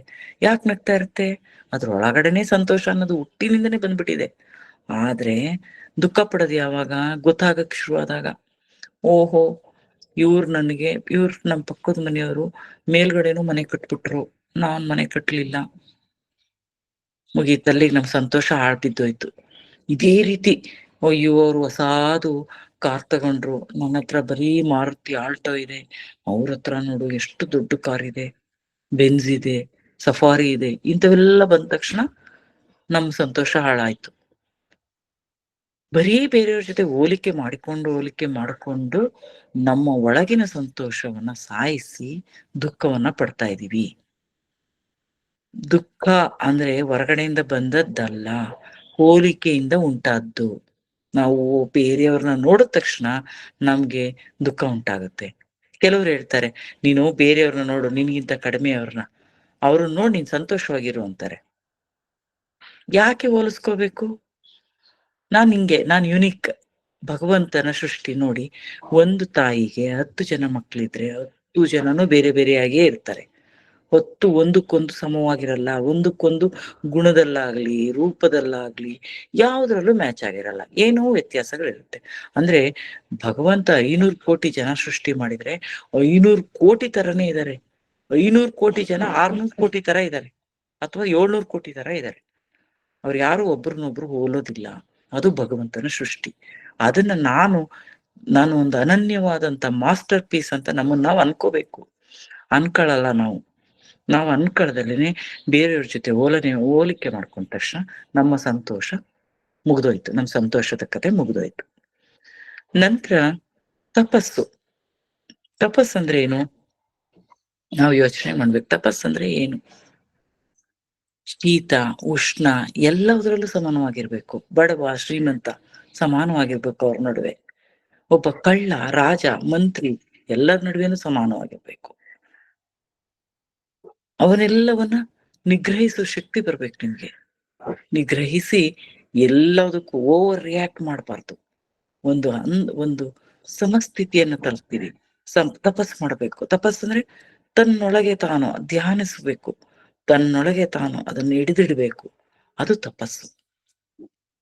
ಈಗ ನೀವು ನೋಡಿರ್ಬೋದು ಹಳೇ ಫಿಲ್ಮ್ಗಳಲ್ಲಿ, ನೀವು ರಾಜ್‌ಕುಮಾರ್ ಭಕ್ತ ಪ್ರಹ್ಲಾದದಲ್ಲಿ ಹೋಗಿ ತಪಸ್ಸಕ್ಕೆ ಕೂತಾಗ ಅವ್ರ ಮೈ ಮೇಲೆ ಹುತ್ತ ಬೆಳೆಯುತ್ತೆ, ನೀರು ಬೀಳ್ತಾರೆ, ಮಳೆ ಬೀಳುತ್ತೆ, ಅತ್ಯಂತ ಮಳೆ ಬೀಳುತ್ತೆ, ಬೆಂಕಿ ಬೀಳುತ್ತೆ, ಇವು ಏನೆಲ್ಲ ನಡೆಯುತ್ತೆ ಪ್ರಯೋಗಗಳು, ಅಂದ್ರೆ ಅವ್ರನ್ನ ಡಿಸ್ಟರ್ಬ್ ಮಾಡ್ಲಿಕ್ಕೆ. ಆದ್ರೆ ಅವರು ಡಿಸ್ಟರ್ಬ್ ಆಗಲ್ಲ. ಅದು ಯಾಕೆ? ಅದು ತಪಸ್ಸು. ತಪ ಅಂದ್ರೆ ಒಂದೆಡೆ ನಿಲ್ಲೋದು. ಒಂದೆಡೆ ನಿಂತ್ರೆ ಅದು ಏನಾದ್ರೂ ಆಗ್ಬೋದು. ನೀವ್ ಯಾವುದಕ್ಕೂ ವಿಚಲಿತವಾಗೋದಿಲ್ಲ. ಅದು ತಪಸ್ಸು. ಅದನ್ನ ಮಾಡ್ಬೇಕು. ನಂತರ ಸ್ವ ಅಧ್ಯಾಯ. ನಾನು ಹೇಳದ್ನಲ್ಲ, ನಮ್ಮನ್ನ ನಾವು ಅಧ್ಯಯ ಮಾಡ್ಕೋಬೇಕು. ಇಲ್ಲಿ ನಮ್ ಸ್ಕೂಲ್ಗಳಲ್ಲಿ ಎಲ್ಲವನ್ನ ಹೇಳ್ಕೊಡ್ತಾರೆ. ನಿಮ್ಗೆ ಲ್ಯಾಂಗ್ವೇಜಸ್ ಹೇಳ್ಕೊಡ್ತಾರೆ, ಮ್ಯಾಥ್ಸ್ ಹೇಳ್ಕೊಡ್ತಾರೆ, ಸೈನ್ಸ್ ಹೇಳ್ಕೊಡ್ತಾರೆ, ಸೋಷಿಯಲ್ ಹೇಳ್ಕೊಡ್ತಾರೆ. ಯಾರಾದ್ರೂ ಸ್ವ ಅಧ್ಯಯ ಮಾಡ್ಕೊ ಅಂತ ಹೇಳ್ಕೊಡ್ತಾರ? ನೀನು ವಿಮರ್ಶೆ ಮಾಡ್ಕೊ ಮಗು ನೀನ್ ಯಾಕೆ ಹುಟ್ಟಿದ್ಯಾ? ನಿನ್ನ ಬದುಕಿನ ಅರ್ಥ ಏನು? ನೀನ್ IIT ಮಾಡೋದು ನಿನ್ನ ಬದುಕಿನ ಉದ್ದೇಶ. ನೀನು ಮೆಡಿಕಲ್ ಸೀಟ್ ತಗೊಳ್ಳೋದು ನಿನ್ನ ಬದುಕಿನ ಉದ್ದೇಶ. ನೀನು IAS ಆಗುವುದು ನಿನ್ನ ಬದುಕಿನ ಉದ್ದೇಶ. ಇದು ತಂದೆ ತಾಯಿಗಳು ಹೇಳಿಡೋದು. ಆ ಮಾಸ್ಟರ್ಸ್ ಹೇಳೋದು, ಟೀಚರ್ಸ್ ಹೇಳೋದು. ಇದು ಅಲ್ದೇ ಇರೋನು ಮನುಷ್ಯನೇ ಅಲ್ಲ ಅವನು. ಕೆಲ್ಸಕ್ ಬಾರ್ದವನು ಅನ್ನೋ ತರ. ನೀವೀಗ ಕುಂಭಮೇಳದಲ್ಲಿ ನೋಡ್ತಾ ಇದ್ದೀರಾ, IIT ರ್ಯಾಂಕ್ ಬಂದವರು ಸನ್ಯಾಸ ತಗೊಂಡಿದ್ದಾರೆ. ಗೊತ್ತಾಗ್ತಾ ಇದೆ ಅವ್ರಿಗೆ, ಸಂತೋಷ ಅನ್ನೋದು ನನ್ನ ಡಿಗ್ರಿಗಳಲ್ಲಿಲ್ಲ, ನನ್ನ ಕೆಲಸಗಳಲ್ಲಿಲ್ಲ. ಸಂತೋಷ ಅನ್ನೋದು ನನ್ನೊಳಗಿದೆ. ಅದನ್ನ ಗುರ್ತಿಸ್ಕೋಬೇಕು, ಅದನ್ನ ಹುಡುಕ್ಬೇಕು. ಇನ್ನೂ ಯಾವುದೋ ಪರಮ ಆನಂದ ಇದೆ. ಸಂತೋಷ ಚಿಕ್ಕ ವಸ್ತು, ಪರಮಾನಂದ ಇದೆ. ಆ ಆನಂದ ಯಾವುದರಿಂದ ಸಿಗುತ್ತದು? ಅತ್ಯಂತ ಉತ್ಕೃಷ್ಟವಾದದ್ದು. ಅದರ ನಂತರ ಮತ್ತೇನೂ ಇಲ್ಲ. ಅದೇ ಅಲ್ಟಿಮೇಟ್. ಅದು ಎಲ್ಲಿದೆ? ಅದನ್ನ ಹುಡುಕೋಕ್ ಹೊರಟಿದ್ದಾರೆ. ಅದನ್ನ ಹುಡುಕ್ಬೇಕಂದ್ರೆ ಮಕ್ಕಳಿಂದಾನೇ ಪ್ರಾಕ್ಟೀಸ್ ಮಾಡಿಸ್ಬೇಕು. ಸ್ವಾಧ್ಯಾಯ ಒಂದ್ ಅರ್ಧ ಗಂಟೆ ಕುತ್ಕೋ, ಯೋಚನೆ ಮಾಡು. ನಿನ್ಗೆ ಆ ಮ್ಯಾಥ್ಸ್ ಯಾಕೆ ಅರ್ಥ ಆಗ್ತಾ ಇಲ್ಲ? ಯೋಚನೆ ಮಾಡು, ಕುತ್ಕೊಂಡು ಯೋಚನೆ ಮಾಡು. ಹಂಗ ಹೇಳಲ್ಲ ಯಾರು. ಕೂತ್ಕೊಂಡು ವರ್ಕ್ ಮಾಡು, ಬರೀ ಪ್ರಾಕ್ಟೀಸ್ ಮಾಡು. ಮ್ಯಾಥ್ಸ್ ಪ್ರಾಕ್ಟೀಸ್ ಎಲ್ಲ ಮಾಡ್ಬೇಕಾಗಿರೋದು ಅವಾಗ ಒಳಗಡೆ ಪ್ರಾಕ್ಟೀಸ್ ಮಾಡ್ಬೇಕು. ನನಗೆ ಏನ್ ಇಷ್ಟ, ಈ ಈ ಇದಕ್ಕೆ ಏನ್ ಉದ್ದೇಶ ಇಟ್ಕೊಂಡು ಬಂದಿದೆ ಈ ಜೀವ? ಪ್ರತಿಯೊಂದಕ್ಕೂ ಒಂದು ಉದ್ದೇಶ ಇದೆ. 500 ಕೋಟಿ ಜೀವಿಗಳಿಗೂ, ಪ್ರಾಣಿ ಪಕ್ಷಿಗಳಿಗೂ ಒಂದು ಉದ್ದೇಶ ಇದೆ. ಉದ್ದೇಶವನ್ನ ನಾವು ಅರ್ಥ ಮಾಡ್ಕೋಬೇಕು. ಸ್ವ ಅಧ್ಯಯನ ಮಾಡಿದಾಗ ನಾವು ಸ್ಟಡಿ ಮಾಡಿದಾಗ ಆಗ ಮಾತ್ರ ನಮ್ಗೆ ಸಾಧ್ಯವಾಗುತ್ತೆ. ನಮ್ ಬಗ್ಗೆ ನಾವು ತಿಳ್ಕೊಂಡಾಗ ನಾವ್ ಏನಾಗ್ಬೇಕು ಅನ್ನೋದು ನಮ್ಗೆ ಉಳಿಯುತ್ತೆ. ಅದನ್ನ ಬೇರೆಯವ್ರು ಹೇಳಿ, ನೀನು ಭಾಗ್ಯಲಕ್ಷ್ಮಿ ನೀನ್ ಲಾಯರ್ ಆದ್ರೆ ಚಂದ, ಭಾಗ್ಯಲಕ್ಷ್ಮಿ ನೀನ್ ಡಾಕ್ಟರ್ ಆದ್ರೆ ಚಂದ, ನೀನ್ ಅದಾದ್ರೆ ಚಂದ ಇದಾದ್ರೆ ಚಂದ, ಅದು ಅವ್ರಿಗೆ ಚಂದ. ಅವ್ರು ನಿಮ್ಮನ್ನ ನೋಡೋ ದೃಷ್ಟಿಕೋನ ಚಂದ. ಬೇರೆಯವರ ಪರ್ಸೆಪ್ಷನ್ ಇಂದ ನೋಡ್ಕೋಬಾರ್ದು. ನಮ್ಮನ್ನ ನಾವು ನಮ್ಮ ಒಳನೋಟವನ್ನ ನಾವು ಮಾಡ್ಕೋಬೇಕು. ನಮ್ಮ ಪರ್ಸೆಪ್ಷನ್ ಏನು, ಹೊರನೋಟ ಬೇಡ, ಬೇರೆಯವರ ನೋಟ ದೃಷ್ಟಿಕೋನ ಬೇಡ. ನಮ್ಮ ದೃಷ್ಟಿಕೋನದಲ್ಲಿ ನಾನು ಏನಾಗಿದ್ದೀನಿ, ನಿಜವಾಗ್ಲೂ ನಾನು ಒಳ್ಳೆಯವನಾ? ಅವ್ರು ಹೇಳ್ತಾ ಇದಾರಲ್ಲ, ನಾನು ಎಷ್ಟೋ ಸಲ ಹೇಳ್ತಾ ಇರ್ತೀನಿ, ನೀವ್ ಅನ್ಕೊಂಡಷ್ಟು ಒಳ್ಳೆಯವಳೇನಲ್ಲ ನಾನು ಅಂತ. ಯಾಕೆ ಅಂದ್ರೆ ನನಗ್ ಗೊತ್ತಿದೆ ನನ್ನ ಯೋಗ್ಯತೆನ ನಾನು ಕೂತ್ಕೊಂಡು ಧ್ಯಾನದಲ್ಲಿ ಕಂಡ್ಕೊಂಡಿದೀನಿ. ನನಗೂ ಆಸೆಗಳಿವೆ, ನನಗೂ ಆಲೋಚನೆಗಳಿವೆ. ಬೇರೆಯವ್ರ ದೃಷ್ಟಿಕೋನದಲ್ಲಿ ಮಹಾ ಸಾಧ್ವಿ ತರ ಕಾಣಿಸ್ತಿರ್ಬೋದೇನೋ, ಒಳಗಡೆ ನನ್ನೊಳಗಡೆನೂ ಏನೋ ಇದೆ. ಅವೆಲ್ಲನೂ ಕಿತ್ತಾಗೋದಕ್ಕೆ ಇನ್ನೊಂದಷ್ಟು ಬೇಕು, ಪ್ರಾಕ್ಟೀಸ್ ಮಾಡ್ಬೇಕು ನಾವು ಒಳಗಡೆ. ಅಂತ ಪ್ರಾಕ್ಟೀಸ್ಗಳನ್ನ ಮಾಡ್ತಾ ಹೋಗ್ಬೇಕು. ಇದು ಸ್ವಾಧ್ಯಾಯ. ಈಶ್ವರ ಪ್ರಣಿಧಾನ ಏನು? ಕೊನೆಗೆ ಈಶ್ವರ ಪ್ರಣಿಧಾನ ಅಂತಂದ್ರೆ ಎಲ್ಲವನ್ನ ಭಗವಂತನಿಗೆ ಅರ್ಪಿಸ್ಬಿಡ್ಬೇಕು. ಶ್ರೀಕೃಷ್ಣಾರ್ಪಣಮಸ್ತು. ದೇವಿ ಸಮಗ್ರವೂ ನಿನ್ನ ಪಾದಕ್ಕೆ ಅರ್ಪಣೆ, ನಾರಾಯಣ ನಿನಗರ್ಪಣೆ, ಶಿವ ನಿನಗರ್ಪಣೆ. ನಿಮ್ಗೆ ಮನೆ ಯಾವ ದೇವ್ರ ಇಷ್ಟನೋ ಆ ದೇವಿಗೆ ಅರ್ಪಣೆ ಮಾಡ್ಬಿಡಿ. ಎಲ್ಲವನ್ನ ಈಶ್ವರನಲ್ಲಿ ಪ್ರಣಿಧಾನವನ್ನು ಮಾಡ್ಬೇಕು. ಆ ಈಶ್ವರ ಏನ್ ಮಾಡ್ತಾನೆ, ನಿಮ್ಮೊಳಗಿನ ಈಶ್ವರನನ್ನ ತೋರಿಸ್ಕೊಡ್ತಾನೆ. ಯಾವುದು ನಮ್ಮೊಳಗಿರುವ ಈಶ್ವರ? ನೋಡಿ, ನಾನು ಆಗ್ಲೇ ನಿಮ್ಗೆ ಹೇಳಿದೆ ಸಪ್ತ ಚಕ್ರಗಳ ಬಗ್ಗೆ. ನಮ್ಮೊಳಗಡೆ ಸಪ್ತ ಚಕ್ರಗಳಿವೆ ಮನುಷ್ಯನಲ್ಲಿ. ಅದೇ ರೀತಿ ಪ್ರಕೃತಿಯಲ್ಲೂ ಸಪ್ತ ಚಕ್ರಗಳಿವೆ. ಈ ಪಿಂಡಾಂಡ ಈಗ ನೀವು ಗಮನಿಸ್ಬೋದು, ಹೇಗೆ ಸಪ್ತ ಚಕ್ರಗಳು ಹೊರಗಡೆ ಇದೆ ಅಂತಂದ್ರೆ, ಮೊದಲಿಗೆ ಭೂಮಿ, ಆ ನಂತರ ನೀರು, ಆ ನಂತರ ಗಾಳಿ, ಆ ನಂತರ ಶಬ್ದ, ಆ ನಂತರ ಆಕಾಶ. ಇದೆಲ್ಲವೂ ಹೊರಗಡೆ ಇದೆ. ಆ ತತ್ವಗಳು ನನ್ನೊಳಗಡೆ ಇವೆ. ಇವೆರಡನ್ನ ಕನೆಕ್ಟ್ ಮಾಡ್ಬೇಕು. ಈ ಪಿಂಡಾಂಡ ಬ್ರಹ್ಮಾಂಡದೊಂದಿಗೆ ಕನೆಕ್ಟ್ ಆಗ್ಬಿಡ್ಬೇಕು. ಈ ಕನೆಕ್ಟ್ ಮಾಡೋಂಥ ಸ್ಥಿತಿ ಯಾವ್ದಿದೆಯಲ್ಲ, ಅದು ಯಾವ ರೀತಿ ಸಾಧಿಸ್ತೀರಾ? ಇವನ್ ನಾನು ಹೇಳಿದ್ನಲ್ಲ, ಯಮ ನಿಯಮ ಮೊದಲನೇ ಪಾಲನೆ ಆಗ್ಬೇಕು. ಯಮ ನಿಯಮ ಪಾಲನೆ ಆದ ತಕ್ಷಣ ನನ್ನೊಳಗಿರುವ ಅಹಂ ಅಂತ ಏನಿದೆಯಲ್ಲ, ಈ ಯೋಗದ ಉದ್ದೇಶ ಏನ್ ಹೇಳಿ? ಚಿತ್ತ ವೃತ್ತಿ ನಿರೋಧ. ಚಿತ್ತದ ವೃತ್ತಿ ಏನ್ ಹೇಳಿ? ಅರಿಯುವುದು, ಹೊರಗಡೆಗೆ ಅರಿತಾ ಇರೋದು, ಅದನ್ನ ನಿರೋಧಿಸೋದು, ಒಳಗಡೆ ಎಳೆಯೋದು, ಇನ್ಸೈಡ್ ಪುಲ್ ಮಾಡ್ಕೊಳ್ಳೋದು. ಇದು ಯೋಗದ ಉದ್ದೇಶ. ಯೋಗ ಅಂದ ತಕ್ಷಣ ಈ 8 ಆಯಾಮಗಳೇನಿವೆ ಅವು ಅಷ್ಟನ್ನು ಸಾಧಿಸ್ಕೊಳ್ಳೋದು. ಅದನ್ನ ಒಟ್ಟಾಗಿ ಯೋಗ ಅಂತ ಹೇಳ್ತಾರೆ. ಅದರಲ್ಲಿ ಧ್ಯಾನವೂ ಸೇರಿದೆ, ಸಮಾಧಿಯೂ ಸೇರಿದೆ. ಈ ಇದರಿಂದ ಅದನ್ನ ನಾವು ಸಾಧಿಸಿದ್ದೆ ಆದ್ರೆ ನಮ್ಮೊಳಗಿನ ಸಪ್ತ ಚಕ್ರಗಳು ಬ್ರಹ್ಮಾಂಡದೊಂದಿಗೆ ಸೇರೋಗುತ್ತೆ. ನಾನು ಇಲ್ಲಿ ಕೂತ್ಕೊಂಡು ಅಮೆರಿಕದಲ್ಲೋ ಇಂಗ್ಲೆಂಡಲ್ಲೋ ಏನ್ ನಡೀತಿದೆ ಕೂತ್ಕೊಂಡು ಹೇಳ್ತಾ ಇರ್ತೀನಿ. ನಾನು ಅಂತಲ್ಲ, ನೀವು ನೋಡಿರ್ಬೋದು ಎಷ್ಟೊಂದು ಈ ಸಾಧಕರಿದ್ದಾರೆ ಆ ಥರದವ್ರು. ಅವ್ರು ಹೇಳ್ತಾ ಇರ್ತಾರೆ, ಅಲ್ಲಿ ಇಷ್ಟು ಹಿಂಗಾಗುತ್ತೆ, ಮುಂದೊಂದ್ ದಿವಸ ಅಲ್ಲಿ ತುಂಬಾ ಭೀಕರವಾದ ಬಿರುಗಾಳಿ ಎದ್ದೇಳುತ್ತೆ, ಅಲ್ಲಿ ಭೀಕರವಾದ ಮಳೆ ಬೀಳುತ್ತೆ, ಅಲ್ಲಿ ತುಂಬಾ ಇದಾಗುತ್ತೆ, ಎಲ್ಲ ಹೇಳ್ತಾರೆ. ಹೆಂಗ್ ಸಾಧ್ಯ? ಯಾಕೆ ಅಂದ್ರೆ ನಮ್ಮೊಳಗಿರೋ ಸಪ್ತ ಚಕ್ರಗಳು ಹೊರಗಿನ ಸಪ್ತ ಚಕ್ರಗಳೊಂದಿಗೆ ಕನೆಕ್ಟ್ ಆಗ್ಬೇಕು. ಆ ಕನೆಕ್ಟ್ ಮಾಡ್ಕೊಳಕ್ ಗೊತ್ತಾಗ್ತಾ ಇಲ್ಲ. ಆ ಸಪ್ತ ಚಕ್ರಗಳಿಗೆಲ್ಲ ಚೆನ್ನಾಗಿ ಇದನ್ನ ಸಾಧಿಸಿ ಕವರ್ ಮಾಡ್ಬಿಟ್ಟಿದೀವಿ, ಅದನ್ನ ಹೊರಗ್ ಬರಕ್ಕೆ ಬಿಟ್ಟಿಲ್ಲ. ನಮ್ಮ ಈ ಕುಂಡಲಿನಿ ಶಕ್ತಿ ಅಂತ ಶಾಸ್ತ್ರ ಮತದವ್ರು ಏನ್ ಹೇಳ್ತೀವಿ, ಅದನ್ನ ಅರಿಯೋದಕ್ಕೆ ಹೊರಗ್ ತರೋದಕ್ಕೆ ಬಿಡ್ತಾ ಇಲ್ಲ, ಮೇಲ್ ಬರೋದಕ್ಕೆ ಮೇಲ್ಮುಖವಾಗಿ ಹರಿಲಿಕ್ಕೆ ಬಿಡ್ತಾ ಇಲ್ಲ. ನಮ್ಮ ಆಸೆಗಳು, ಡಿಸೈರ್ಸ್ ಒಳಗೆ ಮುಚ್ಚಿ ಪ್ರೆಸ್ ಮಾಡ್ಬಿಡ್ತೀವಿ ಅದನ್ನ. ಆದ್ರೆ ಎಲ್ಲರಲ್ಲೂ ಇದೆ ಅದು ಇದ್ದೇ ಇದೆ. ಯಾವತ್ತೋ ಯಾವ ಜನ್ಮದಲ್ಲಾದ್ರೂ ಹೊರಗೆ ಬರುತ್ತದು. ನಾವ್ ಯಾಕೆ ಈ ಜನ್ಮದಲ್ಲೇ ಮಾಡ್ಕೋಬಾರ್ದು? ಇವತ್ತೇ ಯಾಕಾಗ್ಬಾರ್ದು? ಈ ಕ್ಷಣನೇ ಯಾಕಾಗ್ಬಾರ್ದು? ಈ ತರ ನಾವು ಯೋಚನೆ ಮಾಡ್ಬೇಕು. ಇದನ್ನು ನಾವು ಯಾವಾಗ ಯೋಚನೆ ಮಾಡ್ತೀವೋ ಆಗ ನಮಗೆ ಸಾಧ್ಯವಾಗುತ್ತೆ. ಈಶ್ವರ ಪ್ರಣಿಧಾನವನ್ನ ನಾವು ಯಾವ್ಯಾವ ರೀತಿ ಮಾಡ್ಬೋದು? ಓಂಕಾರ ಪ್ರಣವ ಧ್ಯಾನವನ್ನ ಮಾಡಿದ್ರೆ ನಾವು ಅಲ್ಲಿ ತ್ರಿಶಕ್ತಿಗಳನ್ನ ಕೂಡ ನೀವು ಆರಾಧಿಸಿದ ಹಾಗೆ, ಅಂದ್ರೆ ಭಗವಂತನೊಂದಿಗೆ ಸೇರಿ.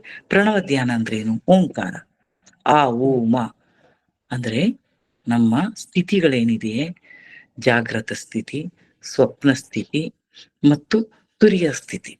ತುರಿಯಾತೀತ ಸ್ಥಿತಿನೂ ಇದೆ. ಈ ಸ್ಥಿತಿಗಳನ್ನ ನಾವು ತಲುಪಬೇಕು. ಈ ಸ್ಥಿತಿಗಳನ್ನ ತಲುಪೋದಕ್ಕೆ ಬೇಕಾಗತ್ತೆ. ಇದನ್ನೆಲ್ಲ ನಾವು ಅರ್ಥ ಮಾಡ್ಕೊಂಡು, ಇದು ಎಲ್ಲ ಸಬ್ಜೆಕ್ಟ್ ವಾಸ್ಟ್ ಇದೆ. ವಾಸ್ಟ್ ಅಂತಂದ್ರೆ ನಿಮ್ಗೆ ನೂರಾರು ಗ್ರಂಥಗಳು ಸಿಗುತ್ತೆ. ನಮ್ಮ ವೇದಗಳು, ಉಪನಿಷತ್ತುಗಳು, ಇತ್ತೀಚೆಗಂತೂ ತುಂಬಾ ಪುಸ್ತಕಗಳು ಇದ್ರ ಬಗ್ಗೆ ಸಿಗುತ್ತೆ. ಅದನ್ನೆಲ್ಲ ಮಾಡದ್ಮೇಲೆ ನಿಮಗೆ ಆಸನ ಮಾಡ್ತಾರೆ. ಅಹಂ ಯಾವಾಗ ಹೊರಟೋಗುತ್ತೋ ಆಸನ ಸಿದ್ಧಿಸುತ್ತೆ. 3ನೇ ಸ್ಟೇಜ್ ಅದು. ಪಾತಂಜಲಿ ಯೋಗ ದರ್ಶನದ 3ನೇ ಹಂತ ಏನಿದೆಯಲ್ಲ, ಅದು ನಮ್ಗೆ ಸಿದ್ಧಿ ಆಗುತ್ತೆ. ಒಂದು ಆಸನದಲ್ಲಿ ಧ್ಯಾನ ಮಾಡ್ಲಿಕ್ಕೆ ನಮ್ಗೆ ಬಹಳ ಪಕ್ವವಾದ ಒಂದು ಶರೀರ ಬೇಕು. 1 ಗಂಟೆ ಧ್ಯಾನ ಮಾಡ್ತೀನಿ ಅಂದ್ರೆ 1 ಅವರ್ ಅಳ್ಳಾಡದೆ ಕೂತ್ಕೊಳ್ಳುವಂತ ಒಂದು ದೇಹ ಸ್ಥಿತಿ ಬೇಕು. ಸ್ಥಿರಂ ಸುಖಂ ಆಸನಂ. ಆ ಆಸನಂ ಮಾಡೋದಕ್ಕೇನೆ ನಮ್ ಕೈಲಿ ಆಗ್ಲಿಲ್ಲ ಅಂದ್ರೆ, ಅಳ್ಳಾಡ್ತಾ ಇದೀವಿ, ಹಿಂಗೆ ಒದ್ದಾಡ್ತಿದೀವಿ, ಹಿಂಗೆ ಒದ್ದಾಡ್ತಾ ಇದ್ರೆ ಯಾವಾಗ ಧ್ಯಾನ ಆಗುತ್ತೆ? ಧ್ಯಾನ ಯಾವಾಗ ಆಗತ್ತೆ? ಉಸಿರು ನಿಧಾನ ನಿಧಾನ ನಿಧಾನ ಲಯವಾಗ್ಬಿಡುತ್ತೆ. ನಿಮಗೆ ಗೊತ್ತಾಗ್ತಾ ಇರಲ್ಲ, ನೀವು ಉಸಿರಾಟ ಆಡ್ತಾನೆ ಇಲ್ವೇನೋ ಅನ್ನೋ ಸ್ಥಿತಿ ತಲುಪಿಡ್ತೀರಾ. ಆ ಸ್ಥಿತಿಯಲ್ಲಿ ಶರೀರ ಅಳ್ಳಾಡಿದ್ರೆ ಏನಾಗುತ್ತೆ? ಪಟ್ ಅಂತ ಮತ್ತೆ ಮೊದಲನೇ ಸ್ಥಿತಿ ಬಂದು ಕೂತ್ಕೊಬಿಡ್ತೀವಿ. ಧ್ಯಾನದ ಸ್ಥಿತಿ ಆಗೋಲ್ಲ, ಧ್ಯಾನ ಸಿದ್ಸಲ್ಲ. ಕುತ್ಕೋಬೇಕು, ಗಂಟೆಗಟ್ಲೆ ಕುತ್ಕೋಬೇಕು. 1 ನಿಮಿಷ ಕುತ್ಕೊಳ್ಳೋ ಫಸ್ಟ್ ಪ್ರಾಕ್ಟೀಸ್ ಮಾಡಿ. ಅದು ಪ್ರಾಕ್ಟೀಸ್ ಇಂದ ಬರೋದೆ. ಏನು ಇವತ್ತು ಈ ಕ್ಷಣ ಬಂದ್ಬಿಡಲ್ಲ ನಿಮ್ಗೆ. ಪ್ರಾಕ್ಟೀಸ್ ಮಾಡ್ಬೇಕು. ಪ್ರಾಕ್ಟೀಸ್ ಮಾಡಿ ಮಾಡಿ ಮಾಡಿ ಮಾಡಿ ನಾವು ಏನ್ ಮಾಡ್ಬಹುದು, ಆ ಆಸನವನ್ನ ಸಿದ್ಧಿ ಮಾಡ್ಕೋಬೇಕು. ಯಾವ್ದೋ ಒಂದು ಆಸನ. ಎಲ್ಲಾ ಆಸನಗಳು ಗೊತ್ತಿರ್ಬೇಕು ಅಂತ ನಿಯಮ ಇಲ್ಲ. ಒಂದೇ ಒಂದು ಆಸನ, ಕೇವಲ 1 ಗಂಟೆ ನೀವು ಯಾವ ಆಸನದಲ್ಲಿ ಕೂತ್ಕೋತೀರಾ ಅದನ್ನ ಪ್ರಾಕ್ಟೀಸ್ ಮಾಡಿ. ಒಂದೇ ಒಂದು ಆಸನ, ಸುಮ್ನೆ ಮಾಮೂಲಿ ಪದ್ಮಾಸನ, ಮಾಮೂಲಿ ವಜ್ರಾಸನ, ಒಂದೇ ಆಸನ ಕಲೀರಿ. ಇಡೀ ಜನ್ಮದಲ್ಲಿ ನಿಮ್ಗೆ ಒಂದು ಆಸನ ಸಾಕು. ನಿಮ್ಮನ್ನ ಆಧ್ಯಾತ್ಮದ ಎಡೆಗೆ ನಿಮ್ಮ ಆಧ್ಯಾತ್ಮಿಕ ಸಾಧನೆಗೆ ಒಂದೇ ಒಂದು ಆಸನ ಪರಿಪಕ್ವವಾಗಿರ್ಬೇಕು. 1 ಅವರ್ ಹಿಂಗ್ ಕೂತ್ರೆ ಅಳ್ಳಾಡಬಾರ್ದು. ಆ ತರ ಒಂದು ಆಸನವನ್ನ ಪ್ರಾಕ್ಟೀಸ್ ಮಾಡ್ಬೇಕು. ಅದು ಯಾವಾಗ? ಯಮ ನಿಯಮ ಪಾಲನೆ ಮಾಡಿ ಅಹಂ ಹೊರಟೋದ್ರೆ ಆಸನ ಸಿದ್ಧಿಸುತ್ತೆ. ನಾನು ಅಂದ್ರೆ, ಈಗ ನಾನು ಅಂದ ತಕ್ಷಣ ನನ್ನ ಫ್ಯಾಮಿಲಿ ವಿಷಯ ಬಂದ್ಬಿಡುತ್ತೆ. ನನ್ನ ನನ್ನ ನನ್ನ ನನ್ನ ಶುರುವಾಗ್ಬಿಡ್ತವೆ. ನನ್ನ ಶುರುವಾದ ತಕ್ಷಣ ನಾವು ಕುತ್ಕೊಳ್ಳಲ್ಲ, ಅಳ್ಳಾಡ್ತೀವಿ, ಒದ್ದಾಡ್ತೀವಿ. ಓ ಅಲ್ಲಿ ಕೀ ಅಲ್ಲಿಟ್ಟಿದ್ದೆ, ಓಹೋ ಹಾಲು ಅಲ್ಲಿಟ್ಟಿದ್ದೆ, ಓಹೋ ನಾನು ಇದನ್ನ ಅಲ್ಲಿ, ಓ ಕುಕ್ಕರ್ ಆಫ್ ಮಾಡಿಲ್ಲ. ಈ ತರ ಎಳಿತಾ ಇರುತ್ತೆ. ಓ ನಮ್ ಬಾಸ್ಗೆ ಏನ್ ಆನ್ಸರ್ ಮಾಡ್ಬೇಕು, ಓ ನಾಳೆ ಅದೊಂದ್ ಏನ್ ಮಾಡ್ಬೇಕು, ಇದೇನ್ ಮಾಡ್ಬೇಕು, ಈ ವಿಚಿತ್ರಗಳಲ್ಲಿ ಮುಳುಗೋಗ್ಬಿಡ್ತೀವಿ. ಅದಕ್ಕೋಸ್ಕರ ಯಮ ನಿಯಮ ಪಾಲನೆ ಮಾಡೋದ್ರಿಂದ, ಆಸನ ಸಿದ್ಧಿ ಮಾಡ್ಕೊಳ್ಳೋದ್ರಿಂದ ಇದು ಸಾಧ್ಯವಾಗುತ್ತೆ. ಆಮೇಲೆ ಪ್ರಾಣಾಯಾಮ ಅಂದ್ರೇನು? ನಮ್ಮ ಉಸಿರಾಟವನ್ನ ಲಯಬದ್ಧವಾಗಿ ಪ್ರಾಣದ ಅರಿವನ್ನ ಮಾಡ್ಕೊಳ್ಳೋ ಅಂಥದ್ದು. ಕೇವಲ ನಾವು ಉಸಿರಾಡ್ತಾ ಇರಲ್ಲ, ಆಮ್ಲಜನಕ ಮಾತ್ರ ತಗೋತಾ ಇರಲ್ಲ, ಪ್ರಾಣವನ್ನ ತಗೋತಾ ಇದೀವಿ, ಪ್ರಾಣ ಶಕ್ತಿಯನ್ನು ತಗೋತಾ ಇದೀವಿ. ನೋಡಿ, ನೀವು ತುಂಬಾ ಆ ಇದಕ್ ಹೊರ್ಟೋಗ್ಬಿಡಿ, ಬೆಟ್ಟ ಗುಡ್ಡಗಳ ಮೇಲೆ ದೊಡ್ಡ ಎತ್ತರವಾದ ಸ್ಥಿತಿಗೆ ಹೋಗಿ, ಅಯಾನ್ ಅಂತ ಹೇಳ್ತಾರೆ, ಅಯಾನ್ ಸ್ಪೇರ್ ಅಂತ ಹೇಳ್ತಾರೆ ಅದನ್ನ. ಅಲ್ಲಿ ಹೋದ್ರೆ ಖುಷಿ ಆಗುತ್ತೆ. ಯಾಕೆ ನಾನು ಯೋಚನೆ ಮಾಡ್ತಿದ್ದೆ ಮೊದ್ಲು ಚಿಕ್ಕವಳಿದ್ದಾಗ, ಇವರೆಲ್ಲ ಯಾಕೆ ಬೆಟ್ಟ ಗುಡ್ಡಗಳಲ್ಲಿ ದೇವ್ರನ್ನ ಇಡ್ತಾರೆ? ಕೆಳಗಡೆನೆ ಇಟ್ಬಿಡ್ಬಾರ್ದಾ? ನಮ್ಗೆ ಹೊತ್ಕೊಂಡ್ ಹೋಗ್ಬೇಕಲ್ಲ. ಆಮೇಲೆ ಆ ಬಸ್ಸಲ್ಲಿ ಹೋಗ್ಬೇಕಾದ್ರೆ ಎಷ್ಟು ಭಯ ಆಗುತ್ತೆ. ಅಯ್ಯೋ ಅದು ಫ್ಲೈಟಲ್ಲ, ಹೆಲಿಕಾಪ್ಟರ್ ಹೋಗ್ಬೇಕಲ್ಲ, ಅಲ್ಲಿ ಎಷ್ಟು ಭಯ ಆಗುತ್ತೆ. ಯಾಕೆಲ್ಲ ಕೆಳಗಡೆ ಇರ್ಬಾರ್ದ? ಇಲ್ಲ, ಕೆಳಗಡೆ ಇರ್ಬಾರ್ದು ಅವೆಲ್ಲ. ಮೇಲ್ ಹೋದಷ್ಟು ನಿಮಗೆ ಒಂದು ಫೀಲ್ ಆಗುತ್ತೆ, ಪ್ರಾಣಶಕ್ತಿ ಅರಿವು ಏನು ಅಂತ. ಎತ್ತರಕ್ಕೆ ಹೋದಂಗೆ ಪ್ರಾಣಶಕ್ತಿ ಅರಿವು ಅಷ್ಟು ಚೆನ್ನಾಗಿರುತ್ತೆ. ಹಿಮಾಲಯದಲ್ಲಿ ಯಾಕೆ ತಪಸ್ಸಿಗೆ ಹೋಗ್ತಾರೆ? ಪ್ರಾಣದ ಅರಿವು ಅಷ್ಟು ಸ್ವಚ್ಛಂದವಾದ ಪ್ರಾಣದ ಅರಿವಾಗ್ತಾ ಇರುತ್ತಲ್ಲಿ. ಈ ಸ್ಥಿತಿ ನಾವು ಕೂಳಿತಲ್ಲೇ ಮಾಡ್ಕೋಬಹುದು. ಎಲ್ಲಿ? ನೀವು ನಮ್ಮ ಮನೆಯ ರೂಮ್ನಲ್ಲಿ, ಬೆಂಗಳೂರಿನ ಒಂದು ಮನೆಯ ಬಸವೇಶ್ವರ ನಗರದ ಒಂದು ಸಣ್ಣ ಕೋಣೆಯಲ್ಲೂ ಕೂಡ ಇದನ್ನ ಸಾಧಿಸ್ಬೋದು. ಅದು ಹೆಂಗೆ? ಮೊದಲು ನಾನು ಹೇಳಿದ್ನಲ್ಲ, ಯಮ ನಿಯಮ ಆಸನ ಬಿಟ್ಬೇಕು. ಪ್ರಾಣವನ್ನ ಪ್ರಾಣಕ್ಕೆ ಒಂದು ಆಯಾಮವನ್ನ ಕೊಡೋದನ್ನ ಪ್ರಾಣಾಯಾಮದ ಮೂಲಕ ಕಲ್ತ್ಕೋಬೇಕು. ಆವಾಗ ನಮ್ಗದು ಸಾಧ್ಯವಾಗುತ್ತೆ. ಪ್ರತ್ಯಾಹಾರ ಏನು? ಪ್ರತ್ಯಾಹಾರ ಅಂತ ಅಂದ್ರೇನು? ಅದನ್ನ ನಾವು ಯೋಚನೆ ಮಾಡ್ಬೇಕು. ನಮ್ಮ ಪ್ರತ್ಯಯಗಳನ್ನೆಲ್ಲ ನಾವು ಸರಿಯಾಗಿ ಇಟ್ಕೋಬೇಕು. ಆಗ ಅದು ಪ್ರತ್ಯಾಹಾರ ಆಗತ್ತೆ. ಇದನ್ನೆಲ್ಲ ನೀನ್ ಸಾಧಿಸಿದ್ದೇ ಆದ್ರೆ ಧಾರಣ. ಧಾರಣ ಅಂದ್ರೇನು? ಧರಿಸುವುದು ಅಂತಾರೆ. ಅಂದ್ರೆ ಈಗ ಯಾವ್ದಾದ್ರು ಒಂದು ಮಂತ್ರ ಜಪ ಅಂದ್ರೆ ನಂದು ಮನಸ್ಸು ಓಡ್ತಾನೆ ಇದೆಯಪ್ಪ, ಏನ್ ಮಾಡಿದ್ರು ನಿಲ್ಲಲ್ಲ. ಅದ್ ನಿಲ್ಲಲ್ಲ ಯಾಕೆ ಅಂತಂದ್ರೆ ಅದನ್ನ ರೂಪಿಸ್ಕೊಂಡ್ಬಿಟ್ಟಿದೀವಿ. ಇಷ್ಟು ವರ್ಷಗಳ ಕಾಲ ಪ್ರತಿ ಕ್ಷಣನೂ ನಾವು ರೂಪಿಸ್ಕೊಂಡಿದೀವಿ ನಮ್ಮ ಮನಸ್ಸನ್ನ. ಆ ಮನಸ್ಸು ಹೊರಗಡೆನೇ ಓಡೋದನ್ನ ಅಭ್ಯಾಸ ಮಾಡಿಸ್ಬಿಟ್ಟಿದೀವಿ. ಅದು ಓಡ್ತಾ ಇರುತ್ತೆ. ಏನಾದ್ರೂ ಮಾಡಿ ನಿಲ್ಲಿಸ್ಬೇಕಲ್ಲ ಮೇಡಮ್. ಏನ್ ಮಾಡಿ ನಿಲ್ಲಿಸ್ತೀರಾ?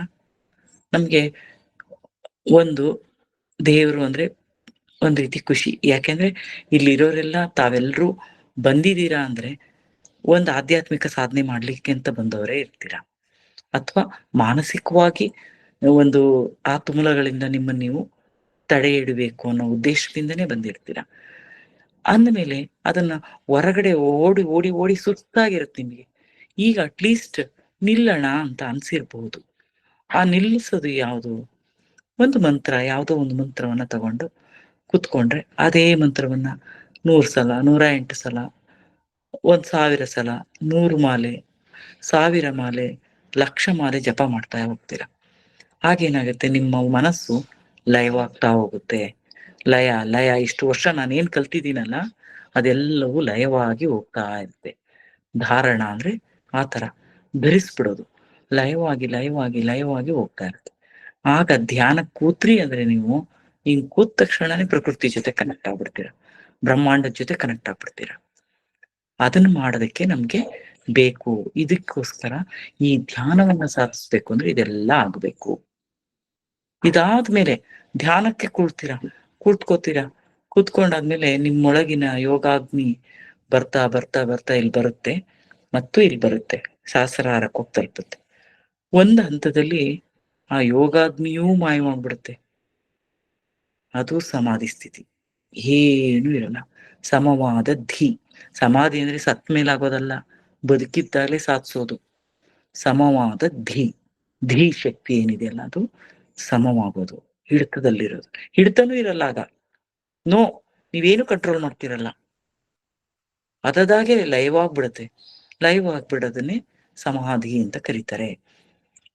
ಈಗ ನಾವು ಇವತ್ತಿನ ಸಬ್ಜೆಕ್ಟ್ ಇದಿಷ್ಟು ನಾನು ಹೇಳೋದು 8 ಪಾತಂಜಲ ದರ್ಶನದ 8 ಆಯಾಮಗಳನ್ನ ತಮ್ಗೆ 8 ಸ್ಥಿತಿ ಇವುಗಳನ್ನ ಸಾಧಿಸಿದ್ರೆ ಸಾಧ್ಯವಾಗುತ್ತೆ. ಆದ್ರೆ ನಾವು ಆ ಸಮಯ ಆಯ್ತಾ ಮೇಡಮ್? ಎಸ್ ಮ್ಯಾಮ್, ಆಗಿದೆ ಮ್ಯಾಮ್.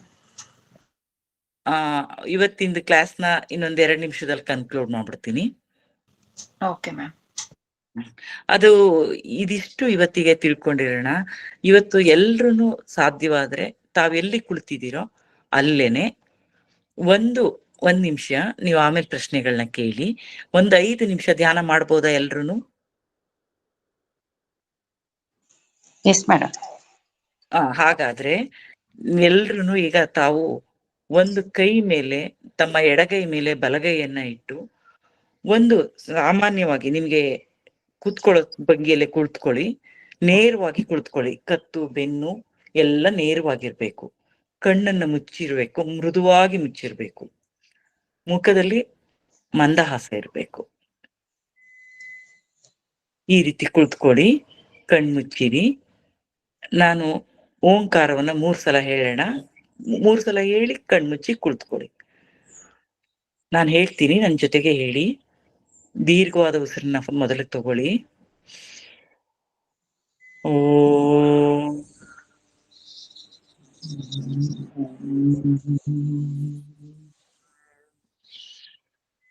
ಓಂ.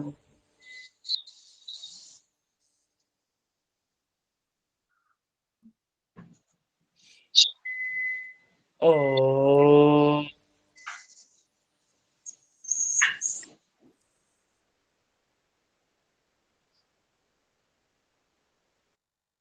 ದೀರ್ಘವಾಗಿ ಉಸಿರಾಡ್ತಾ ಇದ್ದೀವಿ. ದೀರ್ಘವಾಗಿ.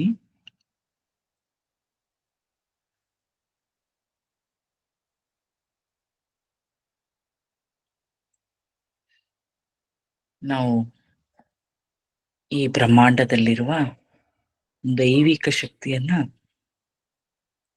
ದಿವ್ಯ ಜ್ಞಾನವನ್ನ, ದಿವ್ಯ ತೇಜಸ್ಸನ್ನ ಒಳಗಡೆ ತಗೋತಾ ಇದ್ದೀವಿ. ನಾವು ಉಸಿರನ್ನ ಒಳಗೆ ತಗೋಬೇಕಾದ್ರೆ ಆ ರೀತಿ ಭಾವನೆಯಿಂದ ತಗೋಬೇಕು. ಹೊರಗೆ ಹಾಕುವಾಗ ನಮ್ಮ ದೇಹದ, ನಮ್ಮ ಮನಸ್ಸಿನಲ್ಲಿರುವಂತಹ ಆಲೋಚನೆಗಳು, ನೋವುಗಳು, ದುಃಖಗಳು ಎಲ್ಲವನ್ನು ಹೊರಗಾಕ್ತಾ ಇದ್ದೀವಿ.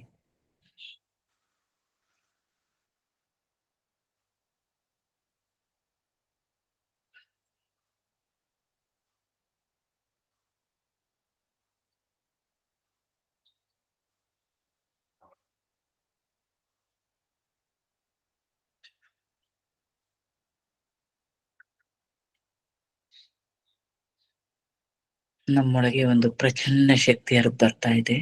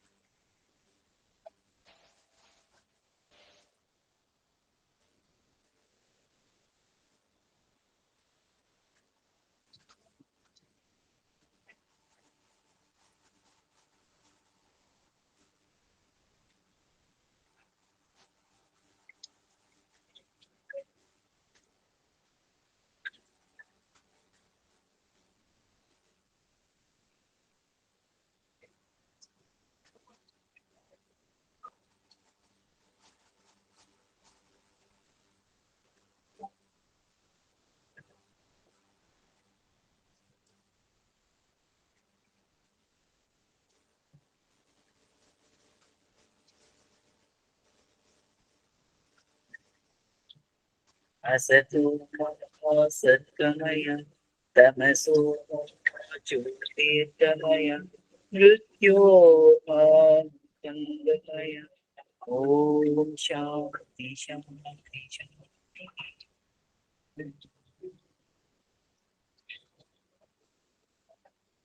ಎಷ್ಟು ಈಚರಿಸ್ತೀವಿ ಸುಷ್ಮಾ ಮೇಡಮ್ ಮಾತಾಡಿ. ಯೋಗ ಅಂದ್ರೆ ಬರೀ ಆಸನ, ಬರೀ ಎಕ್ಸರ್ಸೈಸ್ ಅಂತ ತುಂಬಾ ಜನಕ್ಕೆ ಮಿಸ್ಕನ್ಸೆಪ್ಷನ್ ಇರುತ್ತೆ.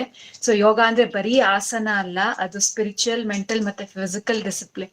ಫಿಸಿಕಲ್ ಇದ್ ಮೂರನ್ನು ಜೊತೆಗೆ ಮೈಂಡ್ ಮತ್ತೆ ಬಾಡಿ ಮೂರನ್ನು ಜೊತೆ ಕರ್ಕೊಂಡು ಹೋಗೋದು ಅಂತ ನೀವು ತುಂಬಾ ಚೆನ್ನಾಗಿ ಹೇಳ್ಕೊಟ್ರಿ ಮ್ಯಾಮ್ ಇವತ್ತು.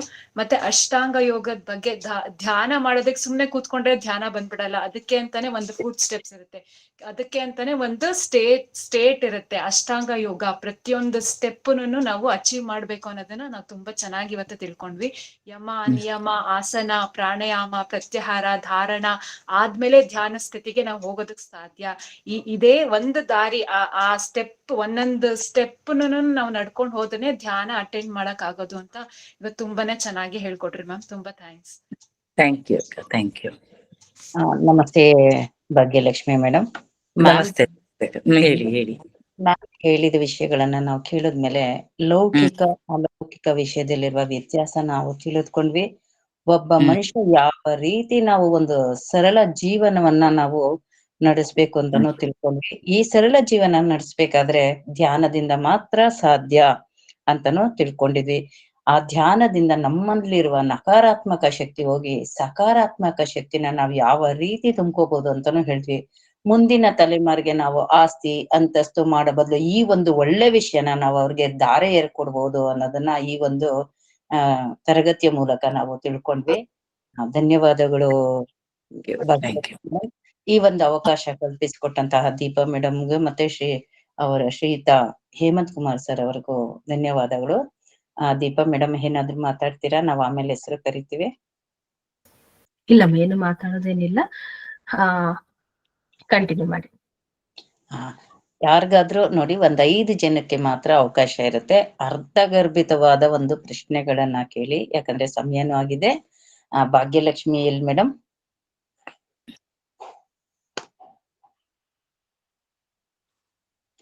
ಭಾಗ್ಯಲಕ್ಷ್ಮಿ ಎಲ್? ಪದ್ಮನಾಭ MS ಅವರೇ? Madam mute. ಎಲ್ರು ಮ್ಯೂಟ್ ಅಲ್ಲಿ ಇದ್ದಾರೆ ಮ್ಯಾಮ್. ಅನ್ಮ್ಯೂಟ್. ಕೇಳಿಸ್ತಾ ಇದೆಯಾ ಮೇಡಮ್? ಭಾಗ್ಯಲಕ್ಷ್ಮಿ ಎಲ್ಲವ್ರೆ ಹೇಳಿಮ್ಮ. ಮೇಡಮ್, ಇದು ನೀವು ಧ್ಯಾನ ಎಲ್ಲ ಚೆನ್ನಾಗಿ ಹೇಳ್ಕೊಡ್ತೀರಾ. ಅದನ್ನು ಕೇಳಿ ನಂಗೆ ತುಂಬಾ ಸಂತೋಷವಾಯ್ತು. ನಮ್ಮನೆಯವ್ರು ಕೇಳ್ತಾ ಇದ್ದಾರೆ. ಅಂದ್ರೆ ಅವ್ರಿಗೆ ಧ್ಯಾನ ಮಾಡಕ್ ಆಗಲ್ಲ, ಪರವಾಗಿಲ್ವಾ? ಕೇಳಿಸ್ಕೋಬೋದಾ? 100% ಕೇಳಿಸ್ಕೋಬಹುದು ಅಕ್ಕ, ಯಾವ್ದು ಪ್ರಾಬ್ಲಮ್ ಇಲ್ಲ. ಕೇಳಿಸ್ಕೊಳ್ಳಿ, ಆರಾಮಾಗಿ ಕೇಳಿಸ್ಕೊಳ್ಳಿ. ಆಯ್ತು, ಥ್ಯಾಂಕ್ ಯು. ಓಕೆ.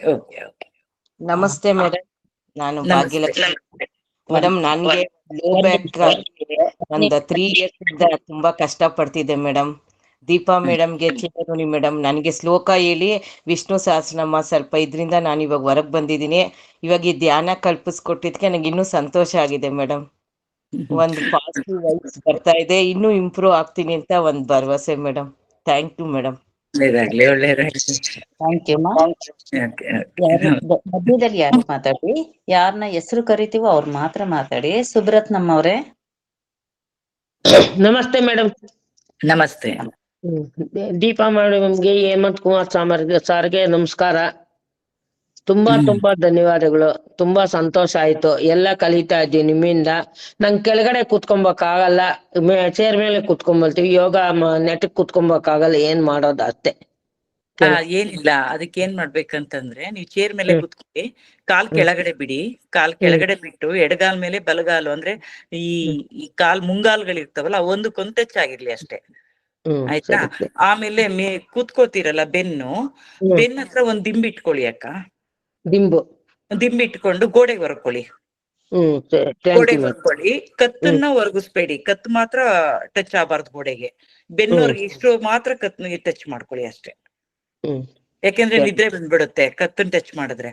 ಕತ್ತು ಮುಂದೆ ಇರ್ಲಿ, ಶರೀರ ಹಿಂಗ್ ಹೊರಕೊಂಡಿರ್ಲಿ, ಪರವಾಗಿಲ್ಲ, ಆತರ ಮಾಡ್ಬೋದು. ಅದಕ್ಕೆ ಮೇಡಮ್ ಕೇಳಿದ್ದು. ಮಾಡ್ಬೋದು, ಧ್ಯಾನಕ್ಕೇನು ಅಡ್ಡಿ ಇಲ್ಲ ಅದಕ್ಕೆ. Thank you madam. ಧನ್ಯವಾದಗಳಮ್ಮ.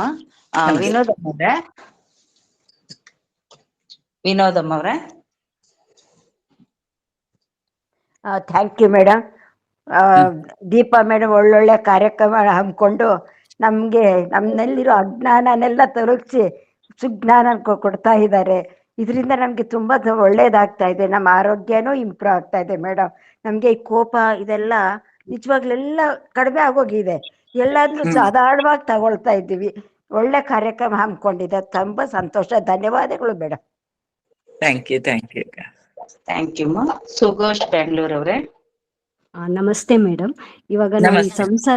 ಸಂಸಾರ ಜಂಜಾಟದಿಂದ ಎಲ್ಲ ಹೊರಗಡೆ ಇವಾಗ ಬಂದ್ಬಿಟ್ಟು ಇವಾಗ ಈ ಫೀಲ್ಡ್ಗೆ ಇಳಿತಾ ಇದೀವಲ್ಲ, ನೀವು ಇದು ಒಂದು ದಿನದಲ್ಲಾಗಲ್ಲ, ಸಾಧನೆ ಮಾಡ್ತಾ ಹೋಗ್ಬೇಕು ಅಂದ್ರಲ್ಲ, ಈ ಶಾರ್ಟ್ ಪೀರಿಯಡ್ ಅಲ್ಲಿ ನಮ್ಗೆ ಆ ಸ್ಥಿತಿ ತಲುಪಕ್ಕಾಗತ್ತಾ? ನಿಮ್ ಬಗ್ಗೆ ಯಾಕಂದ್ರೆ ನಿಮ್ ಬಗ್ಗೆ ಗೊತ್ತಿರಲ್ಲ ಅಕ್ಕ. ನೀವ್ ಯಾವ್ಯಾವ ಜನ್ಮದಲ್ಲಿ ಏನೇನ್ ಸಾಧನೆ ಮಾಡಿರ್ತೀರಾ ಅಂತ. ಅದು ಎಲ್ಲಿಗಾದ್ರೂ ಕರ್ಕೊಂಡು ಒಂದೇ ದಿವಸದಲ್ಲ, ಒಂದು ಕ್ಷಣದಲ್ಲಿ ಆಗ್ಬಿಡ್ಬೋದು. Okay okay. ಆಯ್ತಾ? ಹಾಗಾಗಿ ಯಾಕಂದ್ರೆ ನಾವು ಶುರು ಮಾಡಿರೋದೇ ಲೇಟ್ ಅಲ್ವಾ ಇವಾಗ, ಅದಕ್ಕೋಸ್ಕರ ನೀವು ಡೇ ಬೈ ಡೇ ಅದು ಅಭ್ಯಾಸದಿಂದ ಆಗತ್ತೆ ಅಂದ್ರಲ್ಲ, ಅದಕ್ಕೆ ನಮ್ಗೆ ಅಷ್ಟು ಸ್ಥಿತಿ ತಲುಪಕ್ಕಾಗತ್ತ ಈ ಶಾರ್ಟ್ ಪೀರಿಯಡ್ ಅಂತ ಡೌಟ್ ಬಂತು. ನೀವ್ ಯಾಕೆ ಶಾರ್ಟ್ ಅಂತ ಅನ್ಕೊಂಡಿದೀರಾ? ಯಾಕಂದ್ರೆ ಇವಾಗ ಆಲ್ರೆಡಿ 62, ದಟ್ಸ್ ವೈ. 62 ಅಲ್ಲ, ನಿಮ್ಗೆ ಅದು ನೀವ್ ಅನ್ಕೊಂಡಿದೀರಿ. ಇದು ಜರ್ನಿ, ಸೋಲ್ ಜರ್ನಿ ಅಕ್ಕ, not a physical journey. This is the soul journey. ಯಾವಾಗ ಬೇಕಾದ್ರೂ ರೀಚ್ ಆಗ್ಬೋದು. Okay, thank you madam. ಅದ್ರ ಬಗ್ಗೆ ಯೋಚನೆ ಮಾಡ್ಬೇಡಿ, ನೀವು ಆ ದಾರಿನಲ್ಲಿ ಅಷ್ಟೇ. Okay, thank you madam. ಅದನ್ನ ಮುಟ್ಟಿಸೋದು ಅವನದು ಉದ್ದೇಶ ದಟ್ಸ್ ಟ್ರೂ ಅಲ್ವಾ? ನಮ್ದು ಹೌದು. ಜಸ್ಟ್ ಜರ್ನಿ ಸ್ಟಾರ್ಟ್ ಮಾಡೋದು ನಮ್ ಕೈಲಿದೆ ಅಷ್ಟೇ. Okay, thank you. Rupa J ಅವರೇ. ರೂಪಾ ಅವರೇ. ನಮಸ್ತೆ ಮೇಡಮ್. ನಮಸ್ತೆ ನಮಸ್ತೆ ಹೇಳಿ ಅಕ್ಕ. ಮೇಡಮ್, ಇದು ಕಾಲ್ ಹೇಳಿ, ಹೇಳಿ. ಹೆಂಗಿಟ್ಕೋಬೇಕು ಮೇಡಮ್ ಮೆಡಿಟೇಷನ್ ಮಾಡೋ ಟೈಮಲ್ಲಿ? ಈಗ ಏನ್ ಗೊತ್ತಾ, ನಿಮ್ಗೆ ಯೋಗಾಸನ ಗೊತ್ತಿದ್ರೆ ಕಾಲ್ಗಳನ್ನ ಪದ್ಮಾಸನ ಹಾಕೊಳ್ಳಿ. ಹೆಂಗಿಟ್ಕೋಬೇಕು? ಟಚ್ ಮಾಡ್ಬಾರ್ದು ಫ್ಲೋರ್ಗೆ? ಅದೇ ಫ್ಲೋರ್ಗೆ ಒಂದು ಕೆಳಗಡೆ, ಯಾಕೆಂದ್ರೆ ತುಂಬಾ ಹೊತ್ತು ಕೂರೋದ್ರಿಂದ ನೀವೊಂದು ಬಟ್ಟೆ ತರದ್, ಅಂದ್ರೆ